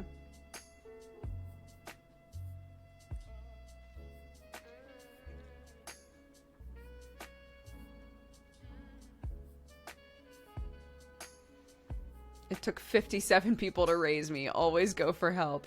Yeah, man. I was raised mostly just by my dad. My mom worked a lot, like full time, while I was growing up. So my dad was my primary carer, and he and I are still very, very close. I'm very close with my mom as well. But like in terms of like who raised me, my dad was like the disciplinarian and all of that.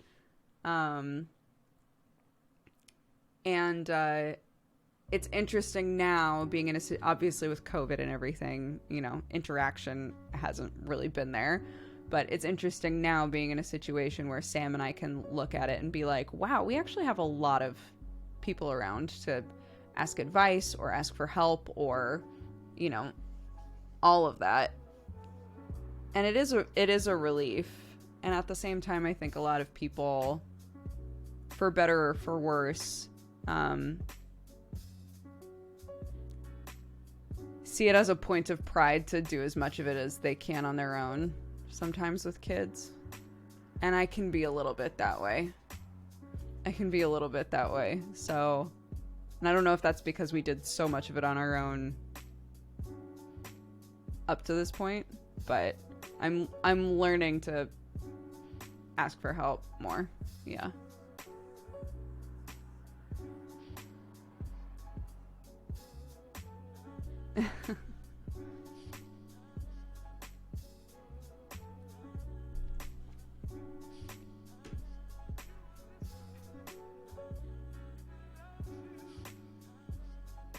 My mommy says, "Hi, sweetie." Hi, mommy.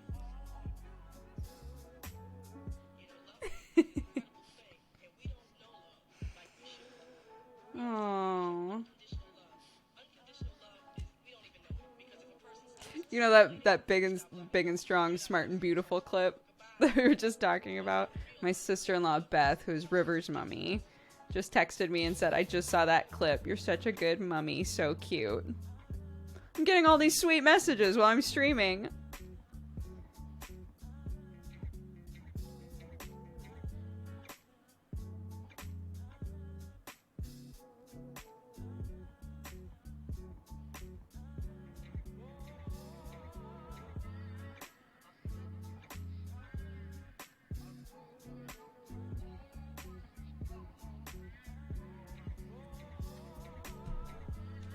Real-time love, I know, damn.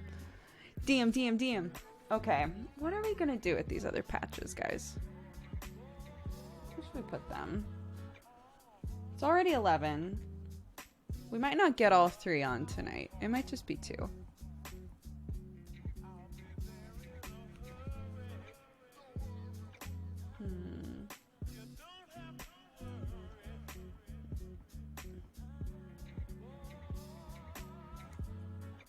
Part of me is like, I wonder if this would fit me. Not quite. This is all we've done. We added the I'm baby to the arm.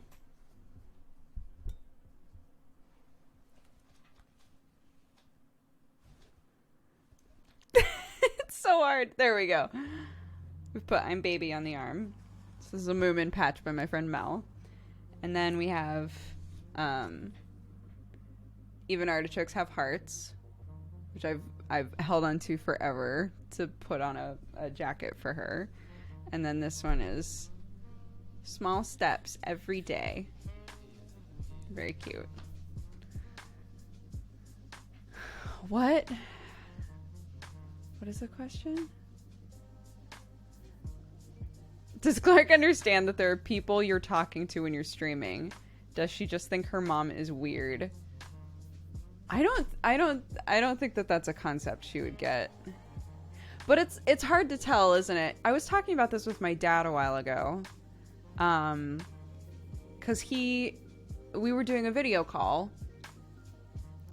and he said, "Do you think that she realizes that we're not just a video?" Because sometimes it depends on Clark's mood. Sometimes she's very engaged with them, and other times she's kind of all over the place and not really paying attention to the call.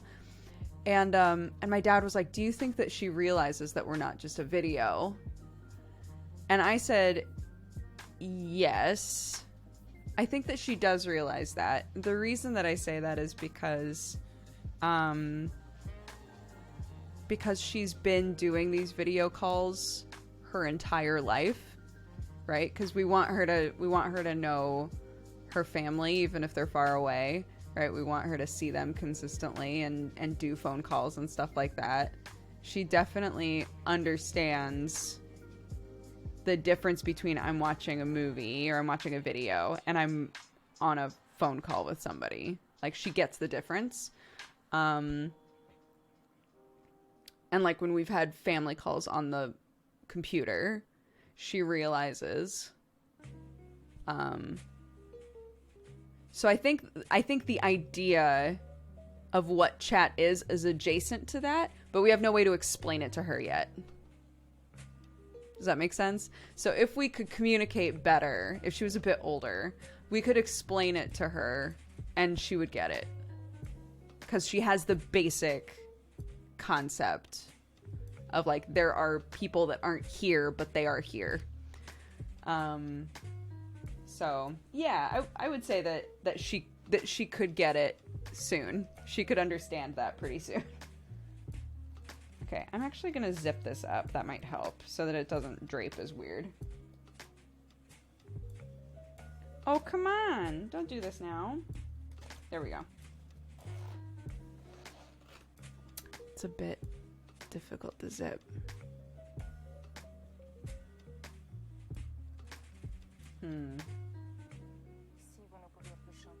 I was gonna say I might replace the zipper with something that's easier since it's gonna be on a toddler, but let's be real, putting zippers in anything sucks ass, so I'm probably not gonna do that. Probably not gonna bother. I'll just deal with her being like, Mummy zip, Mummy zip, Mummy zip. I'll just deal with it.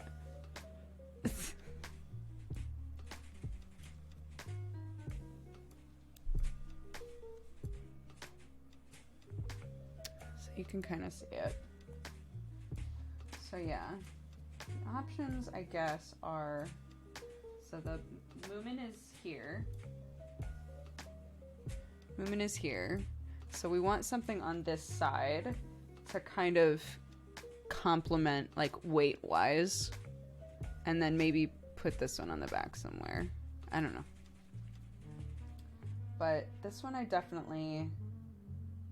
I think you guys are right. Originally I was like, maybe I'll put it on the back. But I do love this one, and I think it should be showcased a bit better. So, I mean, it could be as simple as like this.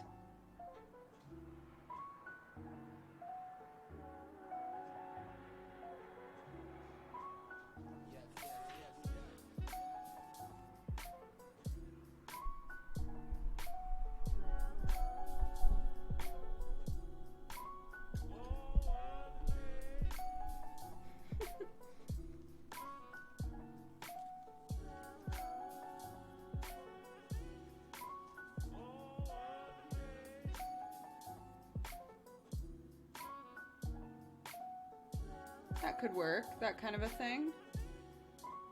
I don't want to put it on the pocket. We've already tried that and it doesn't look right.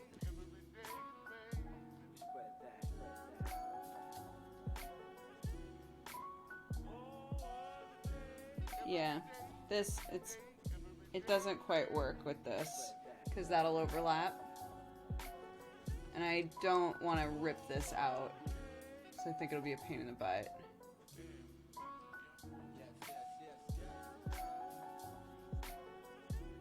I think that could work.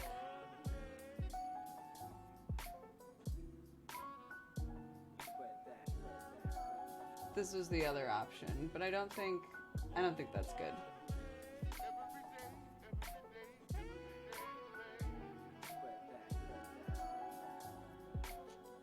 You liked this kind of a thing? Like directly under it? Yeah, okay.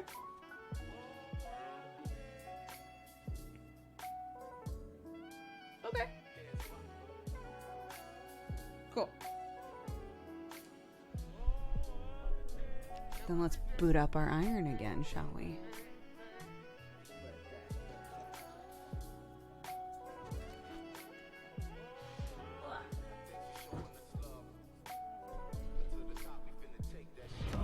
Welcome, you fine cat-loving, coffee-drinking burrito babe.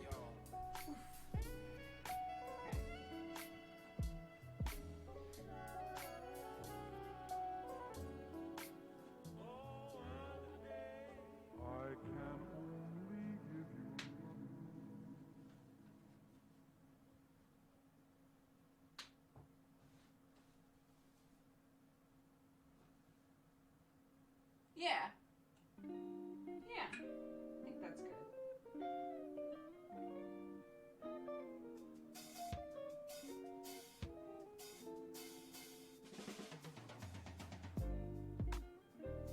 Yeah, that's cute. I like that.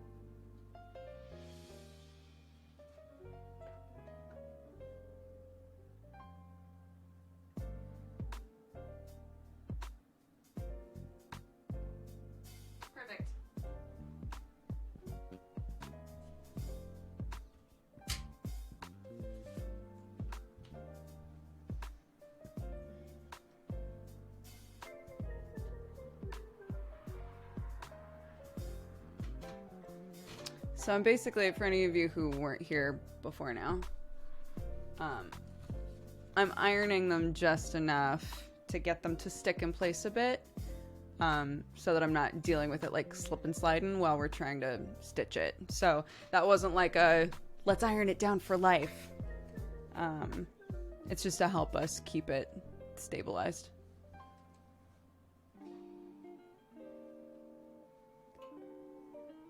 I haven't caught a Dodger stream in a while. What's up? Just hanging. Just hanging. Ugh. Okay. Back to this life. Back to this life, y'all. Okay.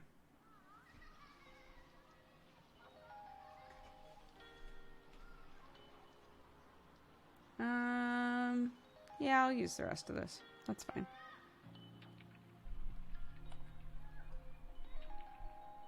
That chair looks soft. People love this chair, man. It's broken quite a few times. So it's hard for me to recommend it. But it's not a bad chair, it just breaks a lot.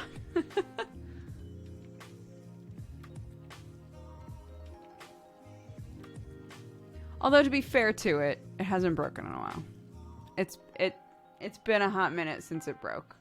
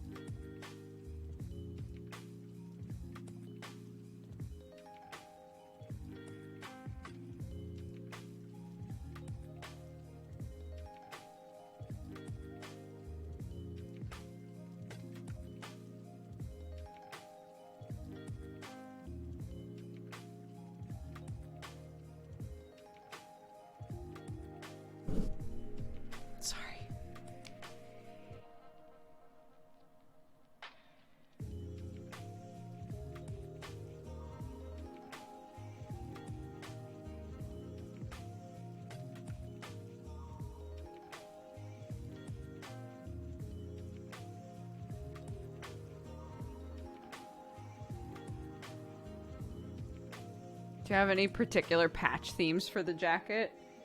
So this jacket's for my kid. So I've just been trying to make sure that they're patches that are like more on the wholesome side of things. So this one just says small steps every day. And this one says even artichokes have hearts, right? So kind of like positive messaging. Ignore the Moomin one. But the other ones, just like positive, cute things.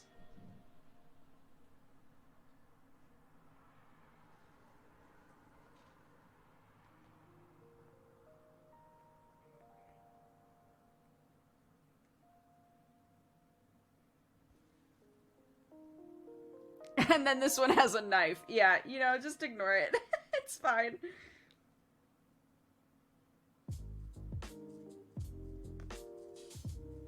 Your kid is half English, half American. Yes, she is.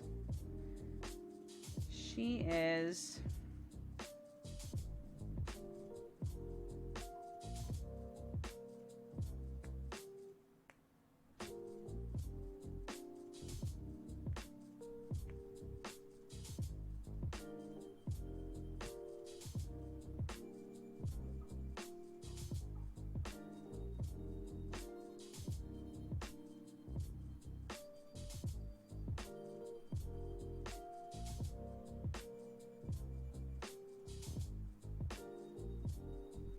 Everybody keeps being like, man, when is Dodger gonna get, like, start getting a weird accent?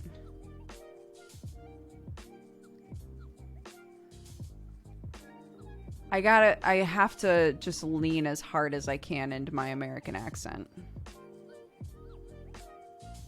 There's no other options for me here. There's no other options.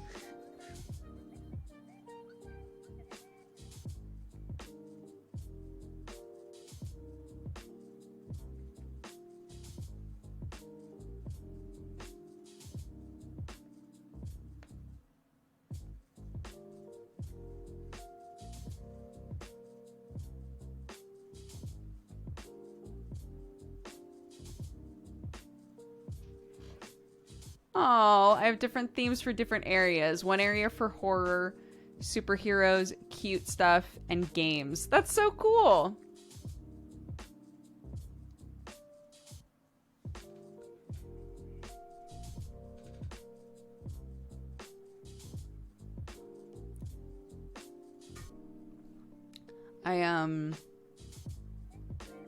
I bought Fiasco, that game. You know how I was saying that I'm looking for like kind of short form games to play with people, to play with like Sam's family and stuff that are like role playing side of things, because Sam's family loves to play stuff, but they haven't ever. Nobody in the family does like role playing game stuff, so Sam and I are like, cool. That's our contribution to the family. And I remember Fiasco being really fun. I'm almost positive that we played it on Friend Zone once. So I was going over the rules of it today, reading through part of the book. And I was like, oh man, this game is wild. I had actually totally forgotten.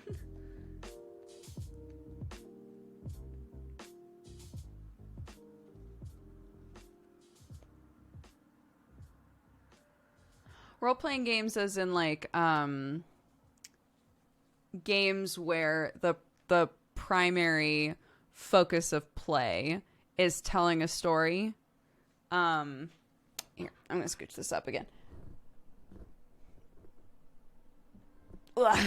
Games where like most of what's going on is everybody has like a character, or everybody is helping to tell the same story in some way. Games like that, love. So Lady Blackbird is like that. Lady Blackbird is, it's a free game. You can search for it and just download the PDF. It's a free game to play. But everybody loves it that has played it. And it's kind of a Firefly sort of setting, like space cowboy, cyberpunky kind of thing, where you are all characters that have been locked up in the brig of like an Imperial ship. And everybody has their own little sheet that has their traits. So it's a little bit fatey in this way, in that you have lists of traits, and when you have to overcome an obstacle, you can call upon your traits to help you. So the number of die that you get to roll to overcome the obstacle depends on what traits you're able to point out about yourself. So like if somebody is like, I'm gonna pick the lock, like, do you have traits about you that imply that you would know how to do that? And if so, you can add a die to the pool when you roll, right? So it's that kind of an idea, which is a little bit fatey. And then everybody has like core things about them that are called their keys. And if you do something that utilizes a key thing about yourself, that's how you level up or gain like experience that you can utilize in the game. And then everybody also has secrets, and those are things that they're pursuing secretly, right? So you can see that even though the game is you're locked up on the brig, what are you gonna do? In reality, the game is about a bunch of people who all have their own motivations and desires that they're pursuing, and whether or not they will create an interesting story together as players, right? By like trying to pursue those things or choosing not to pursue those things. That kind of a thing I think is super fun.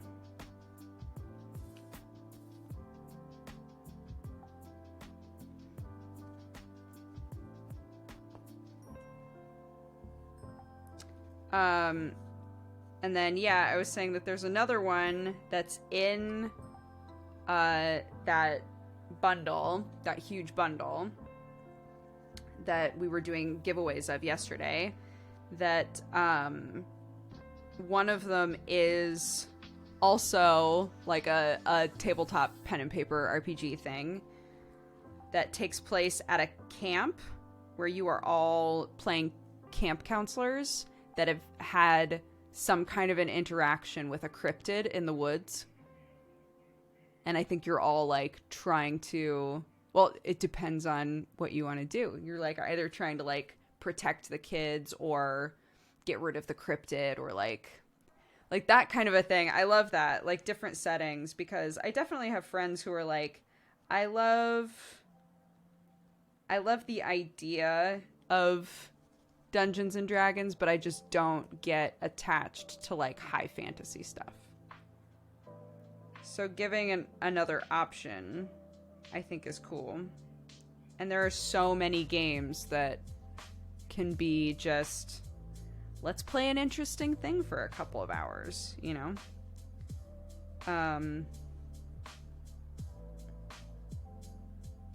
So I'll let you guys know as I try some of this stuff out. I'll let you guys know how they go, how difficult they were to like understand, you know?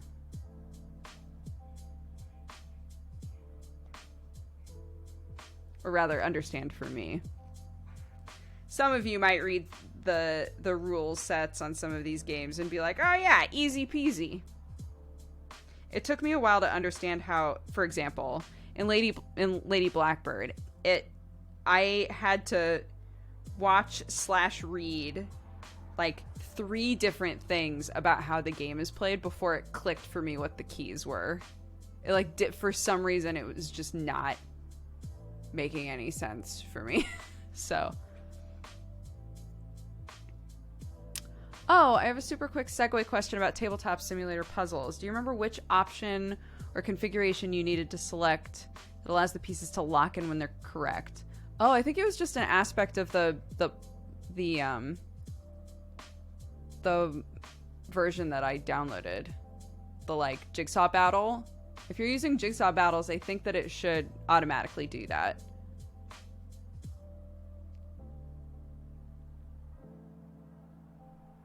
Yeah, the thing that you download already has it set that way.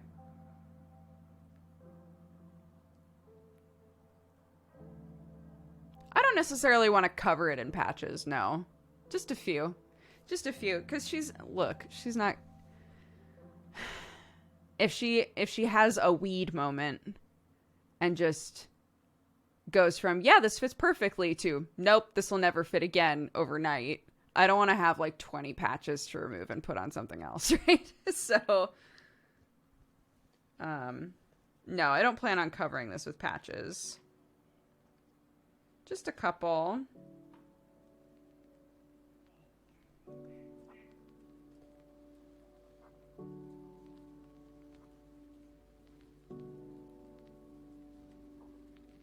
My mommy texted me at 10, which means she might not have been here for when we were all like, hi, Mom!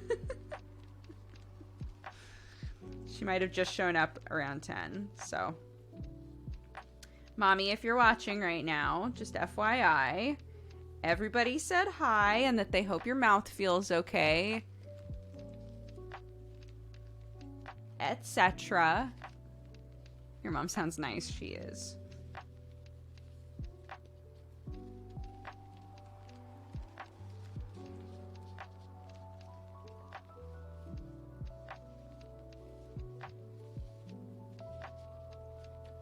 My mom, some of y'all are going to be like,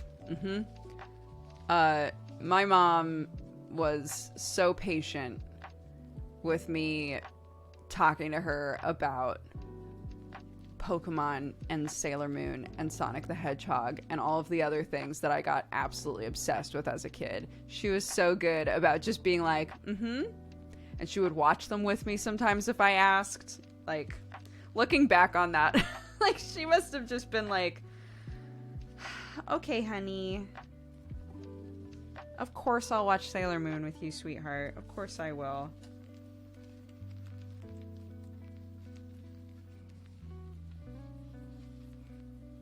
And when I worked over the summer and I had some muns, she would take me to Sam Goody and Suncoast. And she would just wait patiently while I decided which anime VHS tapes I wanted.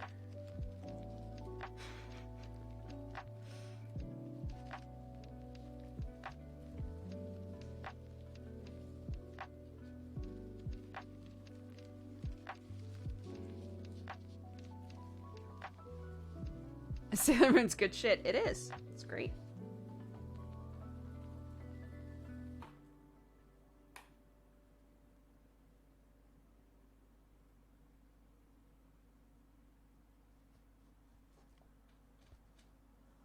Do you ever get dizzy from reading this? From reading chat? No.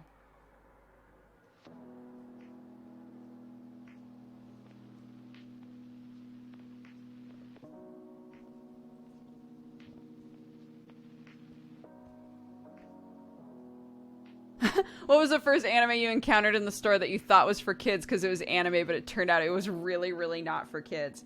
We had like a tiny video rental place in my hometown. And they had like an itty bitty international section that had like 3 anime VHS. One of them was Ghost in the Shell, which had like warning stuff on it.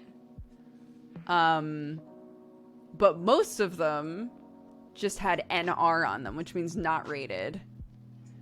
And my mom was very good about like checking the rating on stuff. My mom and I both assumed that if it said not rated, that it probably was fine.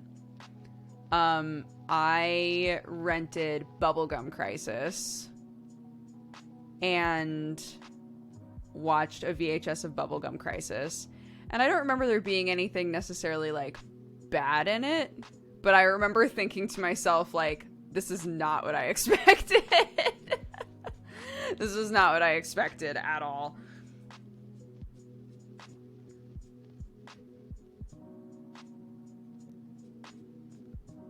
The old version or the new version? I assume the old version. Because this would be...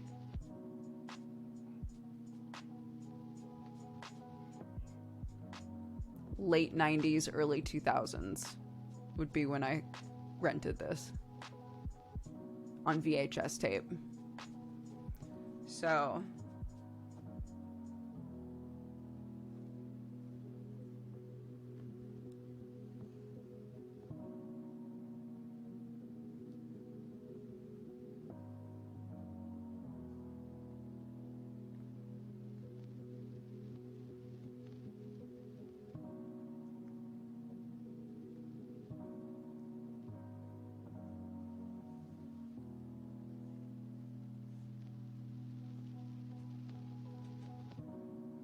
NR can also mean the studio rejected their rating. What? How old is Dukes? I am 32? 32? Yes. Because this year I'll be 33. Right? I stopped counting.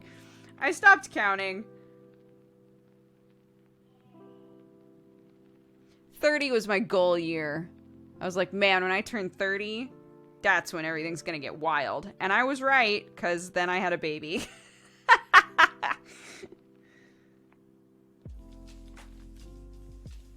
Uh-oh. That one didn't turn out great. So we're gonna do another one of these. Thread's getting low anyway. So we're gonna pull that out and knot it off and then start a new one.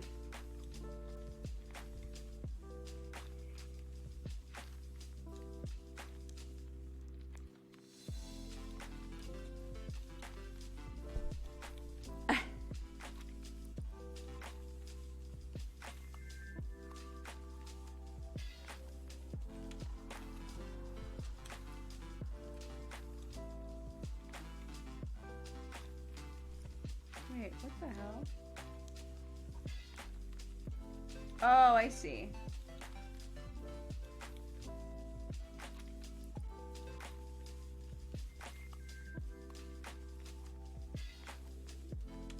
There we go.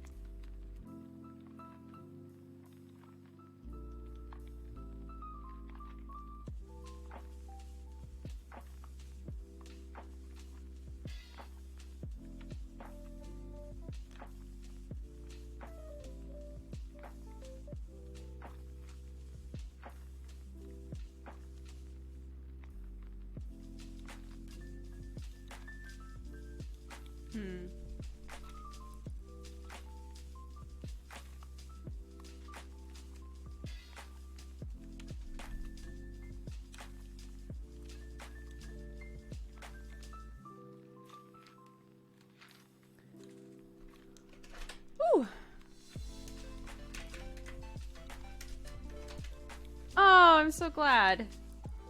Yeah, I love that so many of you guys are like, I get so much done during study hall streams. Or like, it just really helps me chill. I love that. That's what it's for.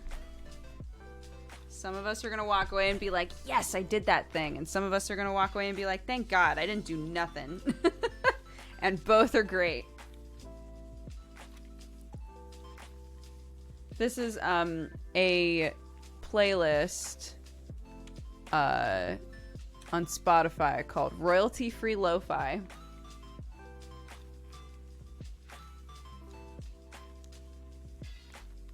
Come on, Bubba.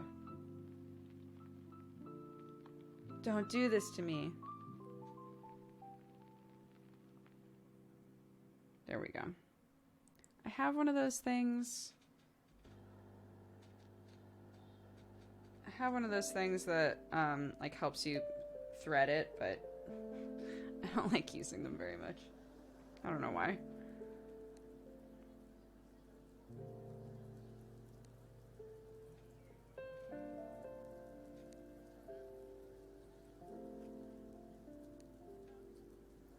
I volunteer with kids aged 5 to 7. They love guessing how old I am.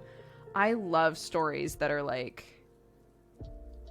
I'm a teenager and I watch, you know, like a 6-year-old kid and they revealed to me that they think we're the same age. Like that kind of stuff. I'm just like, what?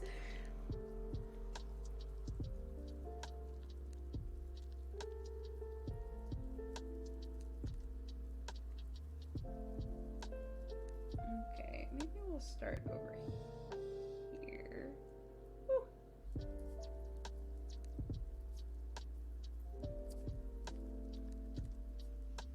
The Lost and Curse.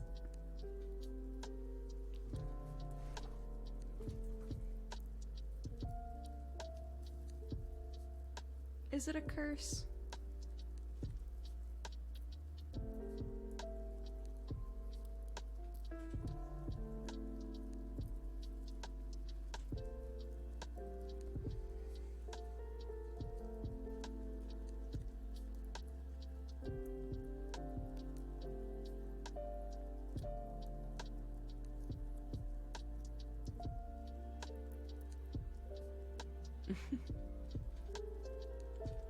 Tower of God. Oh man, yeah, we've done many a manhwa pod on Tower of God.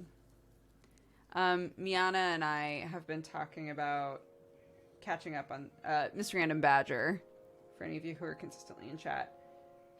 We've been talking about doing like catching up on the Tower of God anime together, because I've just not kept up with it. And she hasn't watched it at all, and she's never read the manhwa. So I was like, oh man, I'm actually really curious to know, like,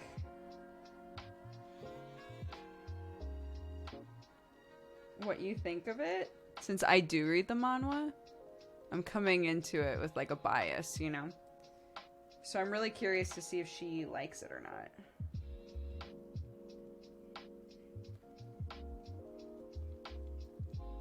Did MangaPod go well today? Yeah, it was definitely one of our lower rated ones. We read Half Prince, and I was really excited to read it, but it has a lot of it has a lot of jokes in it that are just completely antiquated, like gay and trans jokes that did not go over well with any of us. So the story would be going fine, and then they would make like the same joke for the 50th time, where I'd be like, it's not funny though. That's not funny. Like, it's just really annoying me. So I wound up giving it a 5.5, I think, or a 5, and Erin gave it a 6. Moeka was the one who read it when she was younger. She gave it a 7. But yeah, I had a lot of trouble with it. Maybe, what's this about you and Jesse doing a podcast? Yeah, we're talking about doing a podcast. Before you ask what it would be, we don't know. No idea.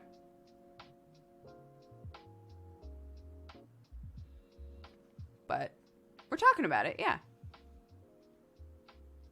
Do you guys read only official stuff or fan translated as well? Oh yeah, if there's something that isn't licensed where we're at, but there's scanlations available, we'll totally read those, for sure.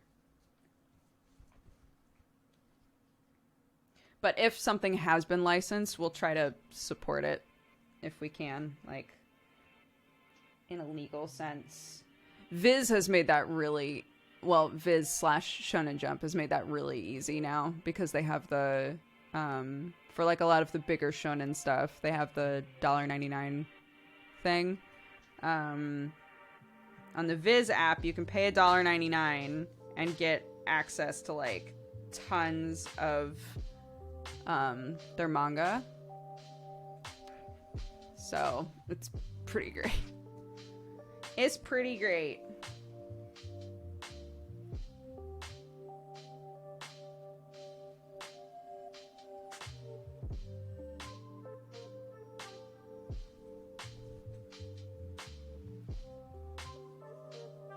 It's not in most non-English countries. Sorry, I wasn't aware of that.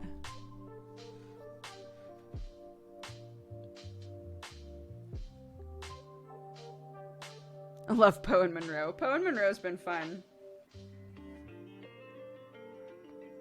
Well, we're like, I don't know what episodes are out right now, but Jesse and I have finished it. And the stuff that we wanted to go back and redo, we've done. So...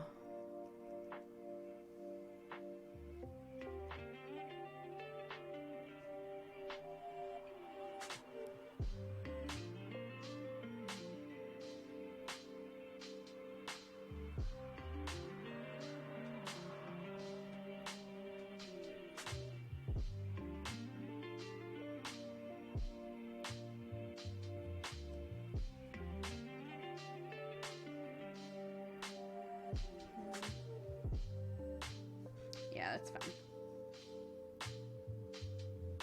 That's okay.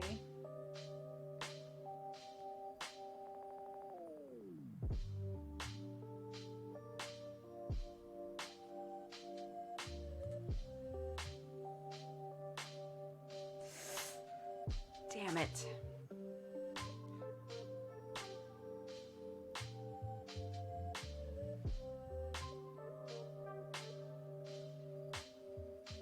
Sometimes when you're doing this, you can come up through and pull it like just one thread of the wrong color and like yank it out.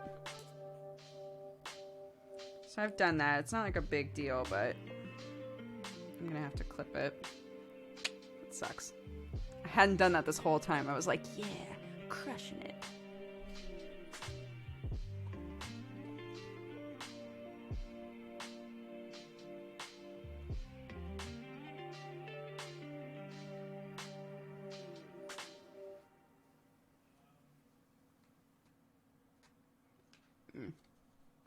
Yeah, it's fine. It's fine. It looks fine.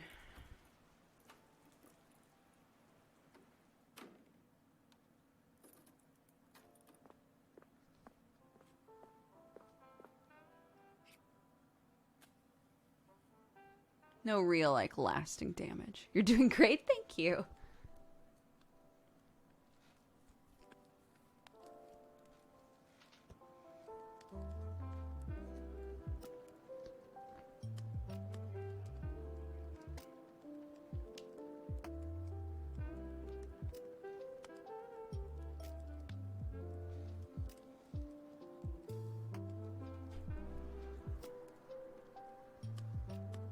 Okay, that looks fine. No problem at all. It looks the same. Thank goodness. We fixed it. Oopsies.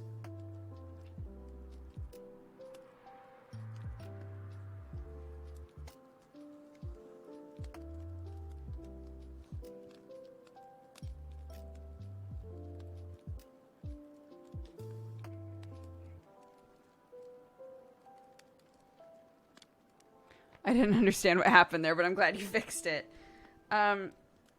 So, yeah, it's kind of hard to explain. So, like, this is bright green, right? And I'm working with black, and I'm trying to go along the outside edge with black. And you can see where I'm stitching, because I don't want to, if I stitch on top of the existing black, I'm going to, every time I come out and go in, I'm going to part it, right? So this black stuff here is on top of green.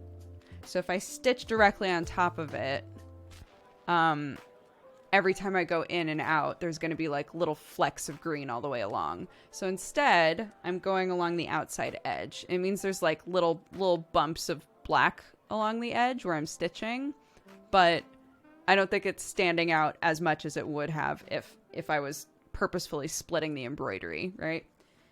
And what happened here was I had stitched up and then back in, and came up again, and there was a small amount of space that I was trying to fit an extra stitch in.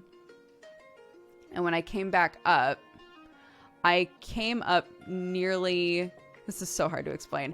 I basically came up almost exactly where I had gone back in.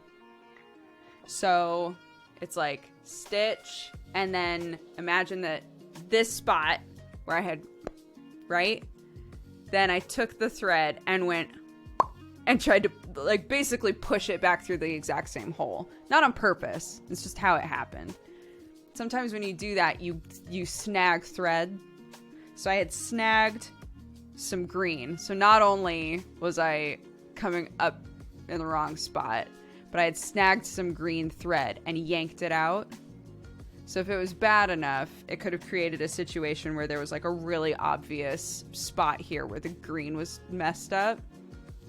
But it you can't even tell, which is why I'm like very relieved. So hopefully that made any sense at all.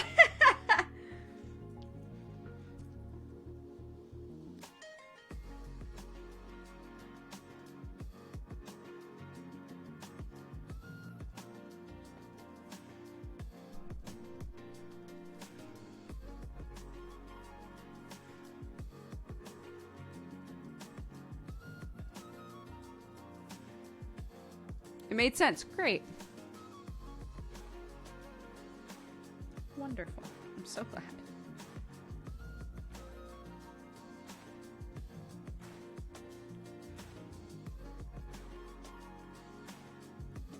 Where do you announce what you're reading for MangaPod, and what channel is it on? It's here.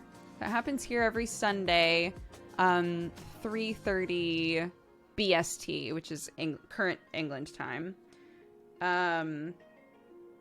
And we have a subreddit that lists off everything that we're planning on reading in like a 6-month period.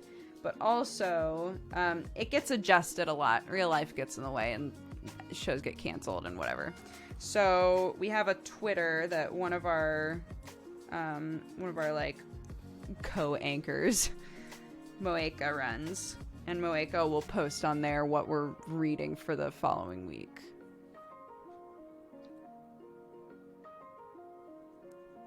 Have you seen the Attack on Titan Season 4 trailer? I actually haven't watched the trailer. I've just seen screen caps from it. Is that weird?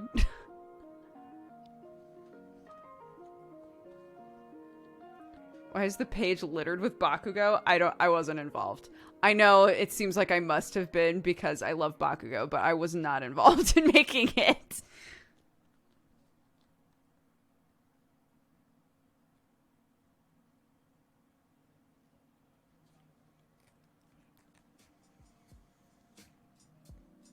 Doubt. I wasn't. I swear.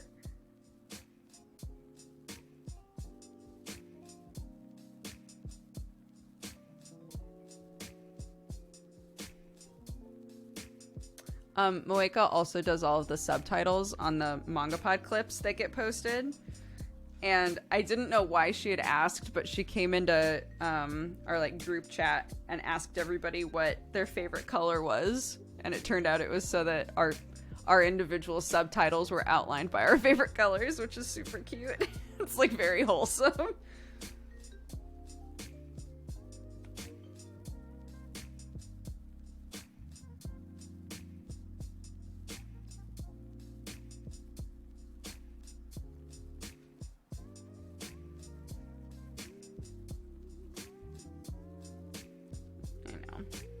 She's a sweetie.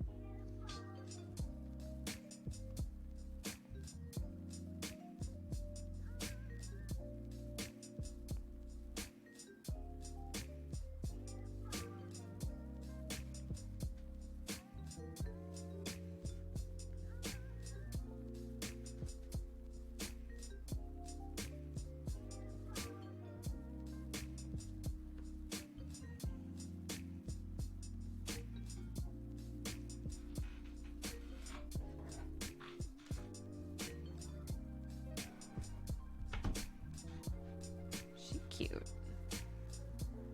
My gosh, this is gonna time out almost perfectly. It's almost midnight here. We're like coming around to the end of the patch because we started here and we're all the way around here. Finish off this patch and we'll be good to go. I'll get to bed on time. It's gonna be wild up in here, guys.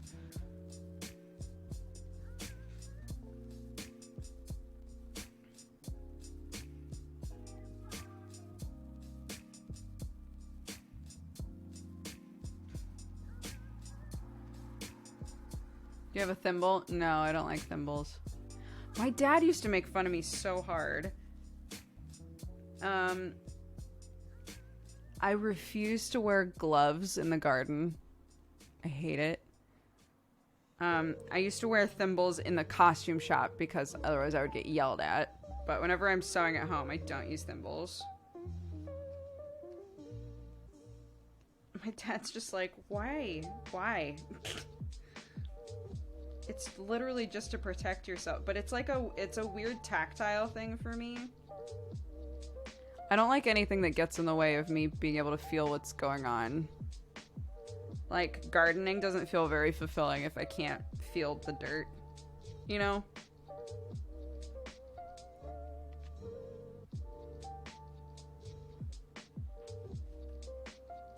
And I know the follow-up to that is like, and sewing just isn't sewing unless you're stabbing your fingers, which is not really what I mean, but like, I don't know, it's a tactile thing for me.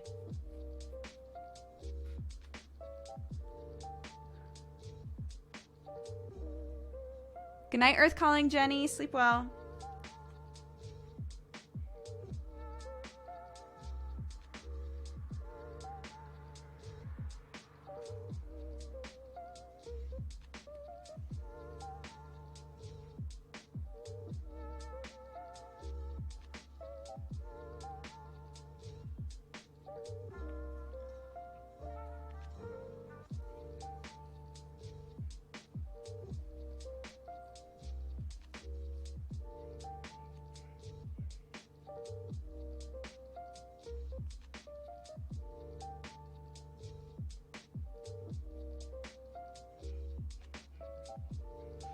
I will make an exception to that.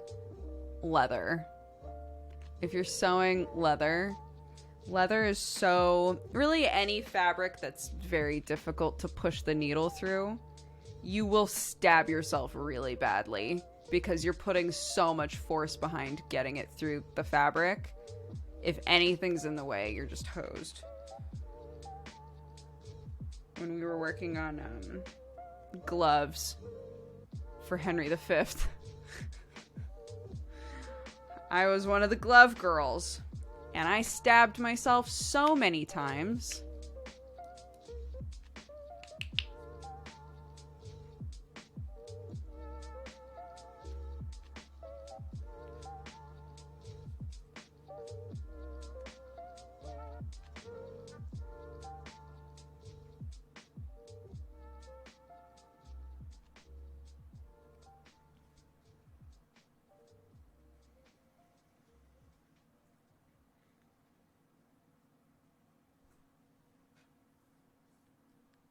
Oh, I'm not doing any kind of a fancy stitch. No, nothing fancy. I've really wanted to try like kind of simple hand embroidery.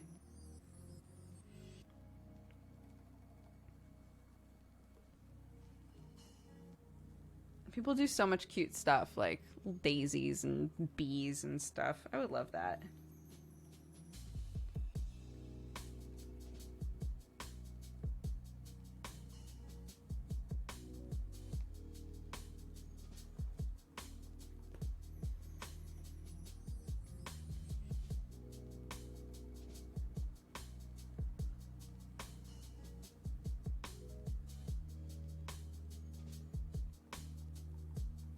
What? I've sewn through my finger on a sewing machine? Ugh. The worst thing I've ever done is I stapled my thumb when I was a kid. And that hurt plenty. That hurt plenty. I cannot imagine.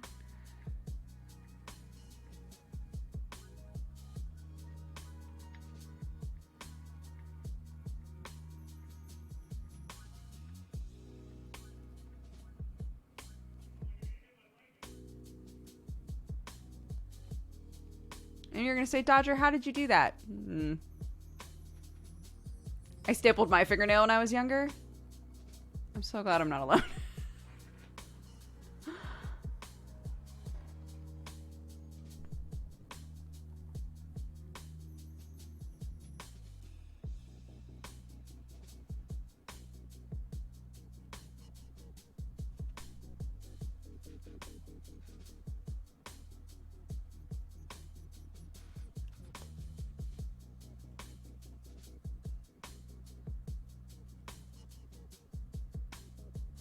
Oh, all of these stories.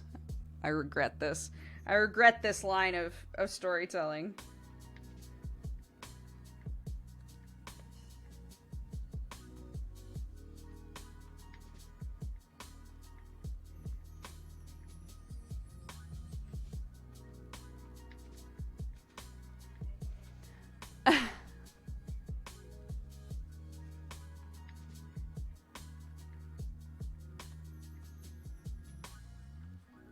Oopsies.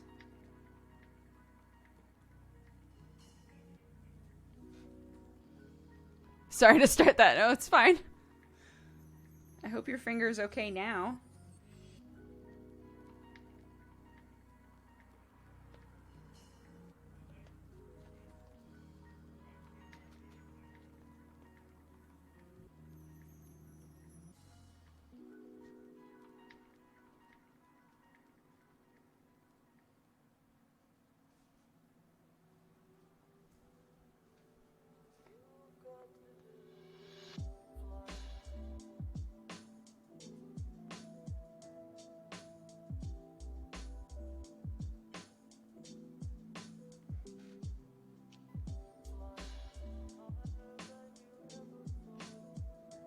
I stapled myself on purpose.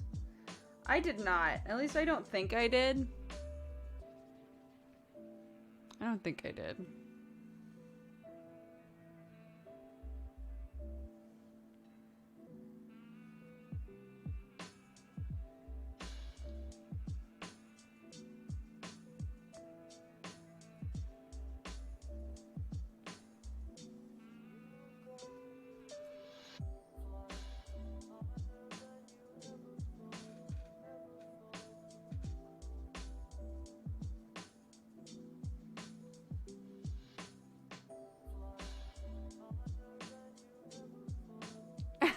Yeah, let's steer away from it. Let's steer away from it. Good call, good call.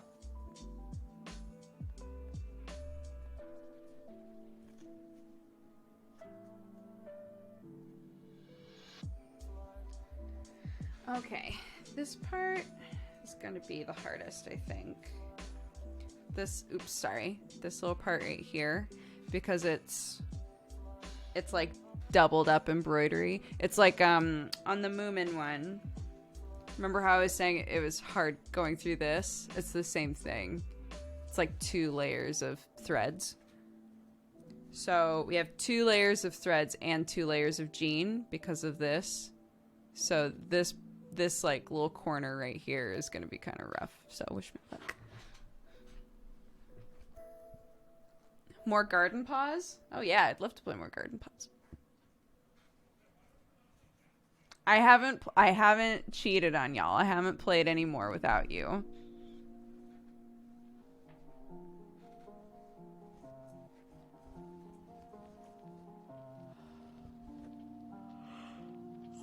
Which was your favorite at school, sewing or woodworking? My school didn't have either. When I was in college, I got to do a little bit of both because I worked backstage making sets, but they normally put me on painting and things. If anything, I was like cutting a bunch of 2x4s and stuff. And then yeah, I worked in the costume shop a little bit, but that also I was not put on sewing duty very often. Sewing was not my expertise. That's not what they wanted me there for. They wanted me for like the weird shit. It was me and my friend Krista and Miko. The three of us, we had the fucking weird jobs. Krista and I made a chicken costume out of plastic bags. That was a good one. Miko and I made all of the dinosaur masks that I think I told you guys about not that long ago. We just sat and made dinosaur masks forever. There's a satyr costume that I made by myself. A nightmare. I hated that costume, dude. Fuck. It sucked.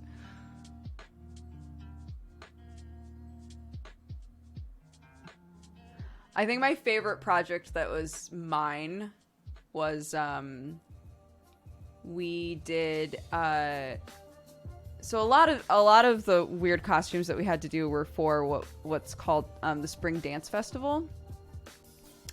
And the Spring Dance Festival was just like the whole dance department would put together a bunch of different showcases of different types of dance and like what their department was doing that year, basically. And then the costume department was tasked with hearing out the choreographers, all of the student choreographers, and like what they wanted everything to look like. And so one of the shows, they made a bunch of dresses, a bunch of white dresses for everybody. And then they were like, we really want it to look like kind of like watercolory and like springy, and you know, we want it to be really like vibrant and pretty. And I was talking with the like head of the costume shop, and she was like, I think that we should just put these on mannequins and you should just go to town and just splatter paint on them. And I was like, yeah. That sounds right. And it was so fun, and they turned out awesome. They were gorgeous. That was very cathartic. That was really good. I liked that a lot. Not all of the projects were like that, but that one was good.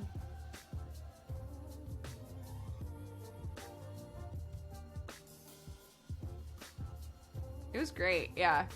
Middle of the night in the back of the costume department with paper down everywhere, just splashing all of this pretty like pink and blue and yellow paint. Oh, it was awesome. The chicken costume was for a play called Bob Rauschenberg America. That was like an American commentary that utilized the kind of art, the sort of collage-y art style of Bob Rauschenberg, which was super cool. And so we tried to like mimic that feel in all of the costumes and the set, and it was wild. I wonder if I could find pictures of that.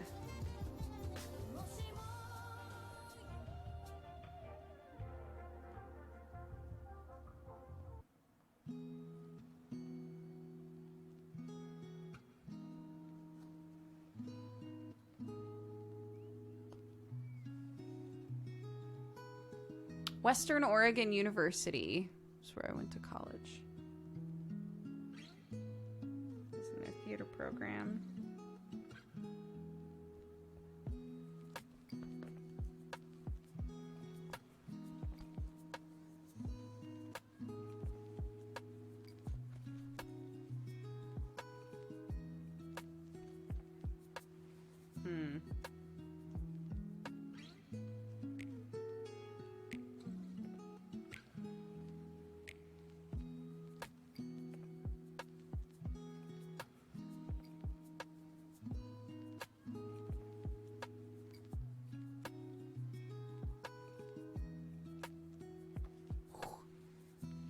My pinky hurts.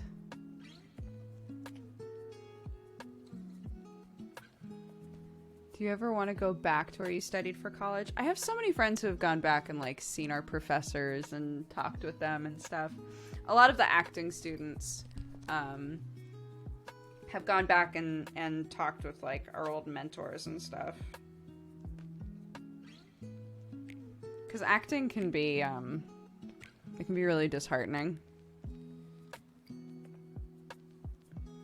So I know a lot of my friends have taken the time to like go back and talk with our old professors and stuff. I've emailed them a bit. I've chatted with them digitally, but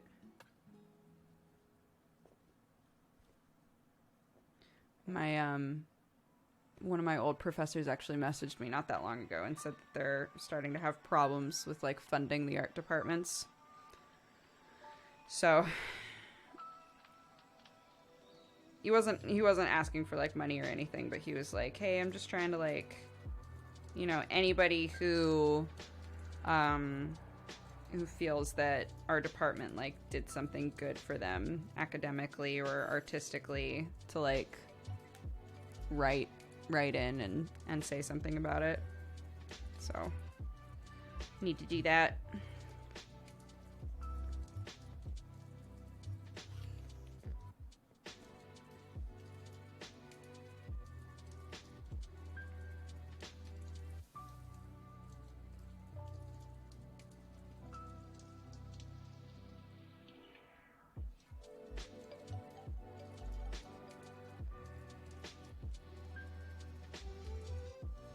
Oh, I hope this thread can make it.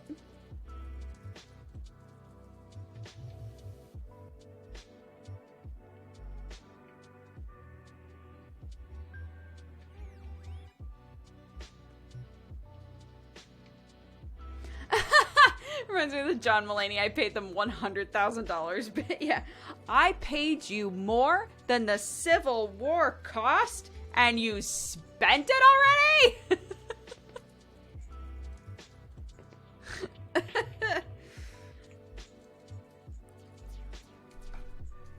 Yep, she's having problems getting through.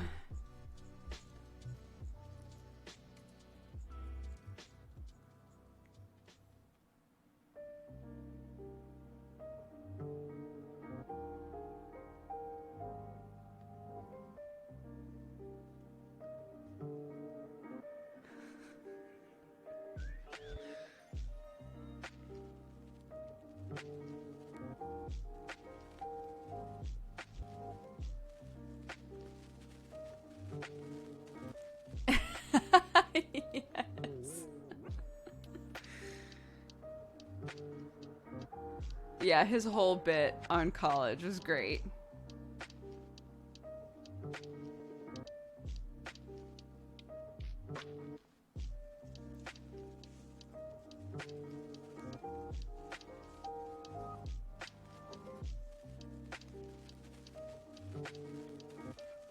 I think it's gonna be perfect. I think it's gonna actually wind up being perfect because I'm here and that's where we started. It's literally just this section and then we're done. Crushing it. Crushing it. Good night, Sleepytron. I'm going to bed soon too. I feel you. Sleep well.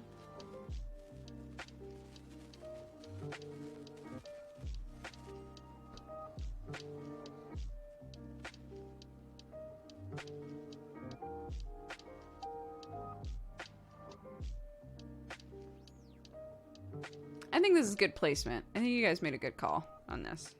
I'm happy with this.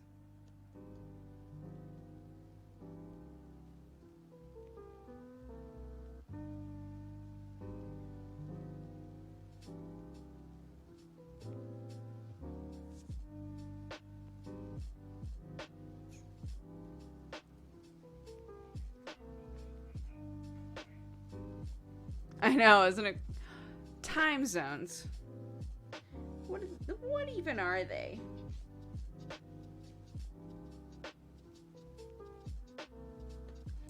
Yeah, I always have to math sometimes. I always sometimes have to do things. Whenever I text my mom, pretty much, I'm like, is she awake yet? She might not be awake yet.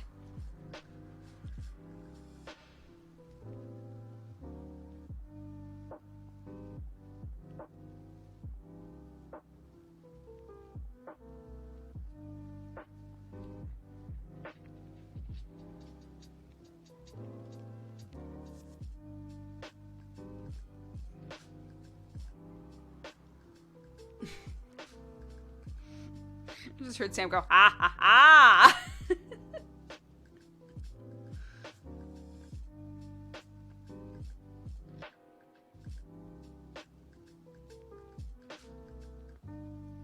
My love, what are you doing?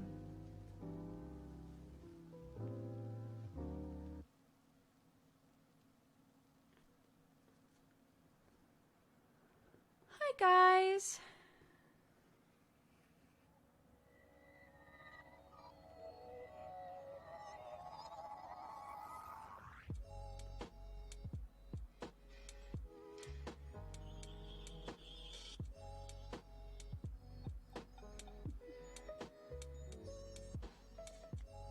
All right, this is it.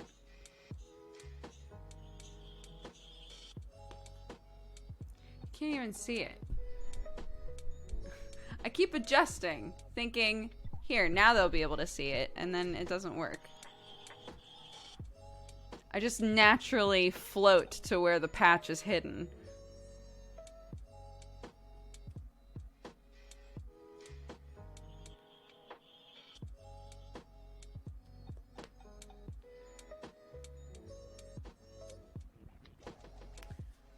Amazing, we did it.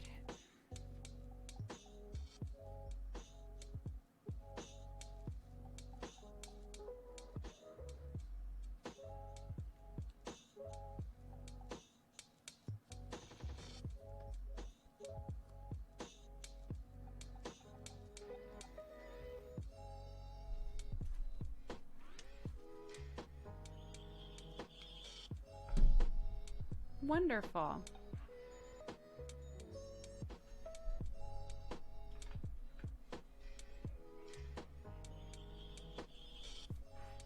Okay. So today what we did is, this is a little jacket, a little jean jacket for my daughter who is 2.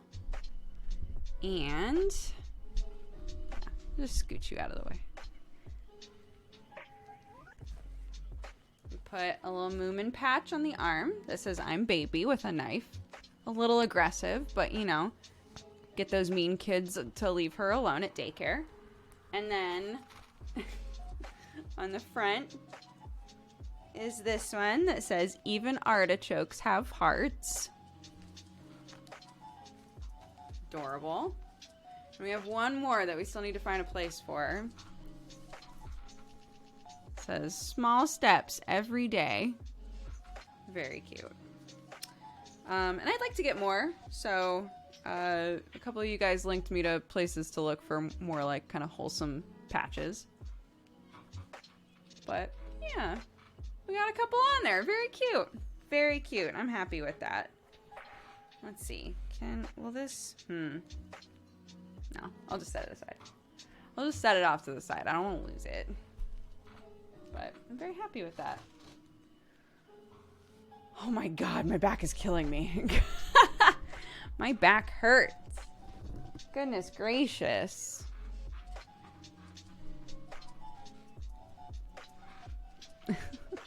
thank you guys for watching tonight. It's my bedtime. We got 2 full patches on. I'm very happy with that. And I like the placement. I think they both look good. So when she's old enough to wear it, I will let y'all know how it's looking. But until then, we can find a place for that other patch, and I'll maybe look and see if I can find another thing we can get. Benzen, thank you for the Valentine. Said, here's one for all the moms in chat. Y'all are the best. Duger and the Doog mom included. Thank you.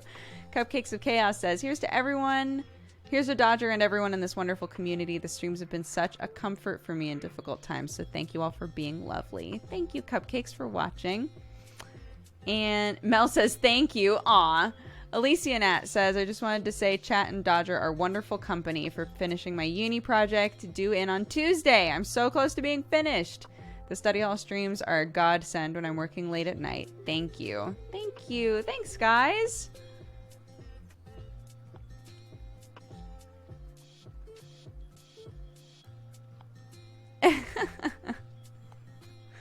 Tell Mel the patch has been a hit. But I've made it clear that it's not for sale. And to check out her other stuff, because she's lovely and makes great stuff. How's your office so clean? I don't know. You tell me, question mark. Green Cicada, thank you very much for using some of your points to remind people to hydrate. I hope y'all saw the message. Took a sip of water, maybe. Took a pill that you forgot about. Stretch your toesies, etc. The ghosts keep it tidy. There's also that. Let me read off everything that's gone on today. Tojo, thank you for the 15 months. Avi, thank you for gifting a sub to Amarian.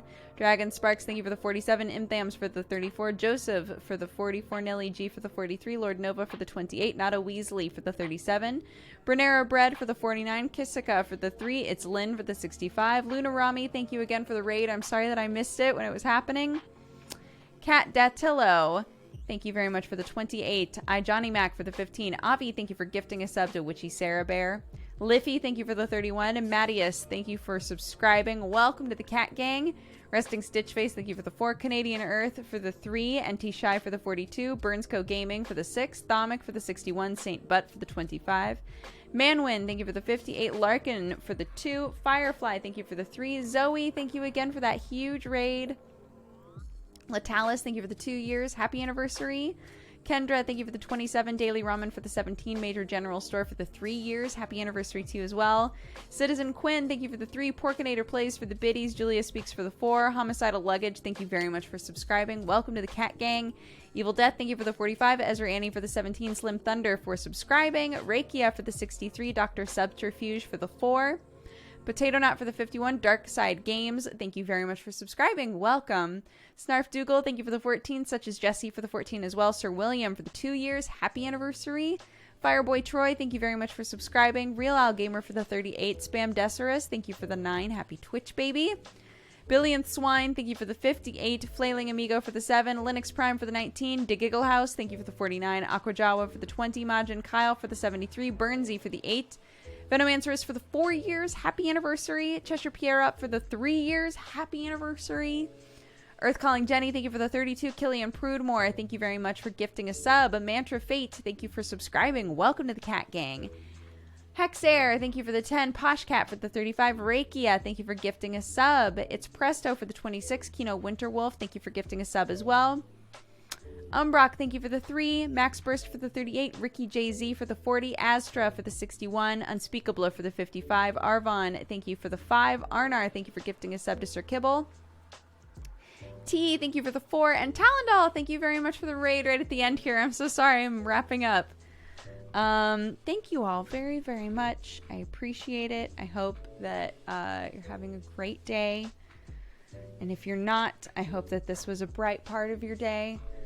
I'm going to send you guys to my sweet love. And I'm going to go to bed. Thank you all very much. Take care of yourselves. And I'll see you tomorrow. Okay? Bye-bye.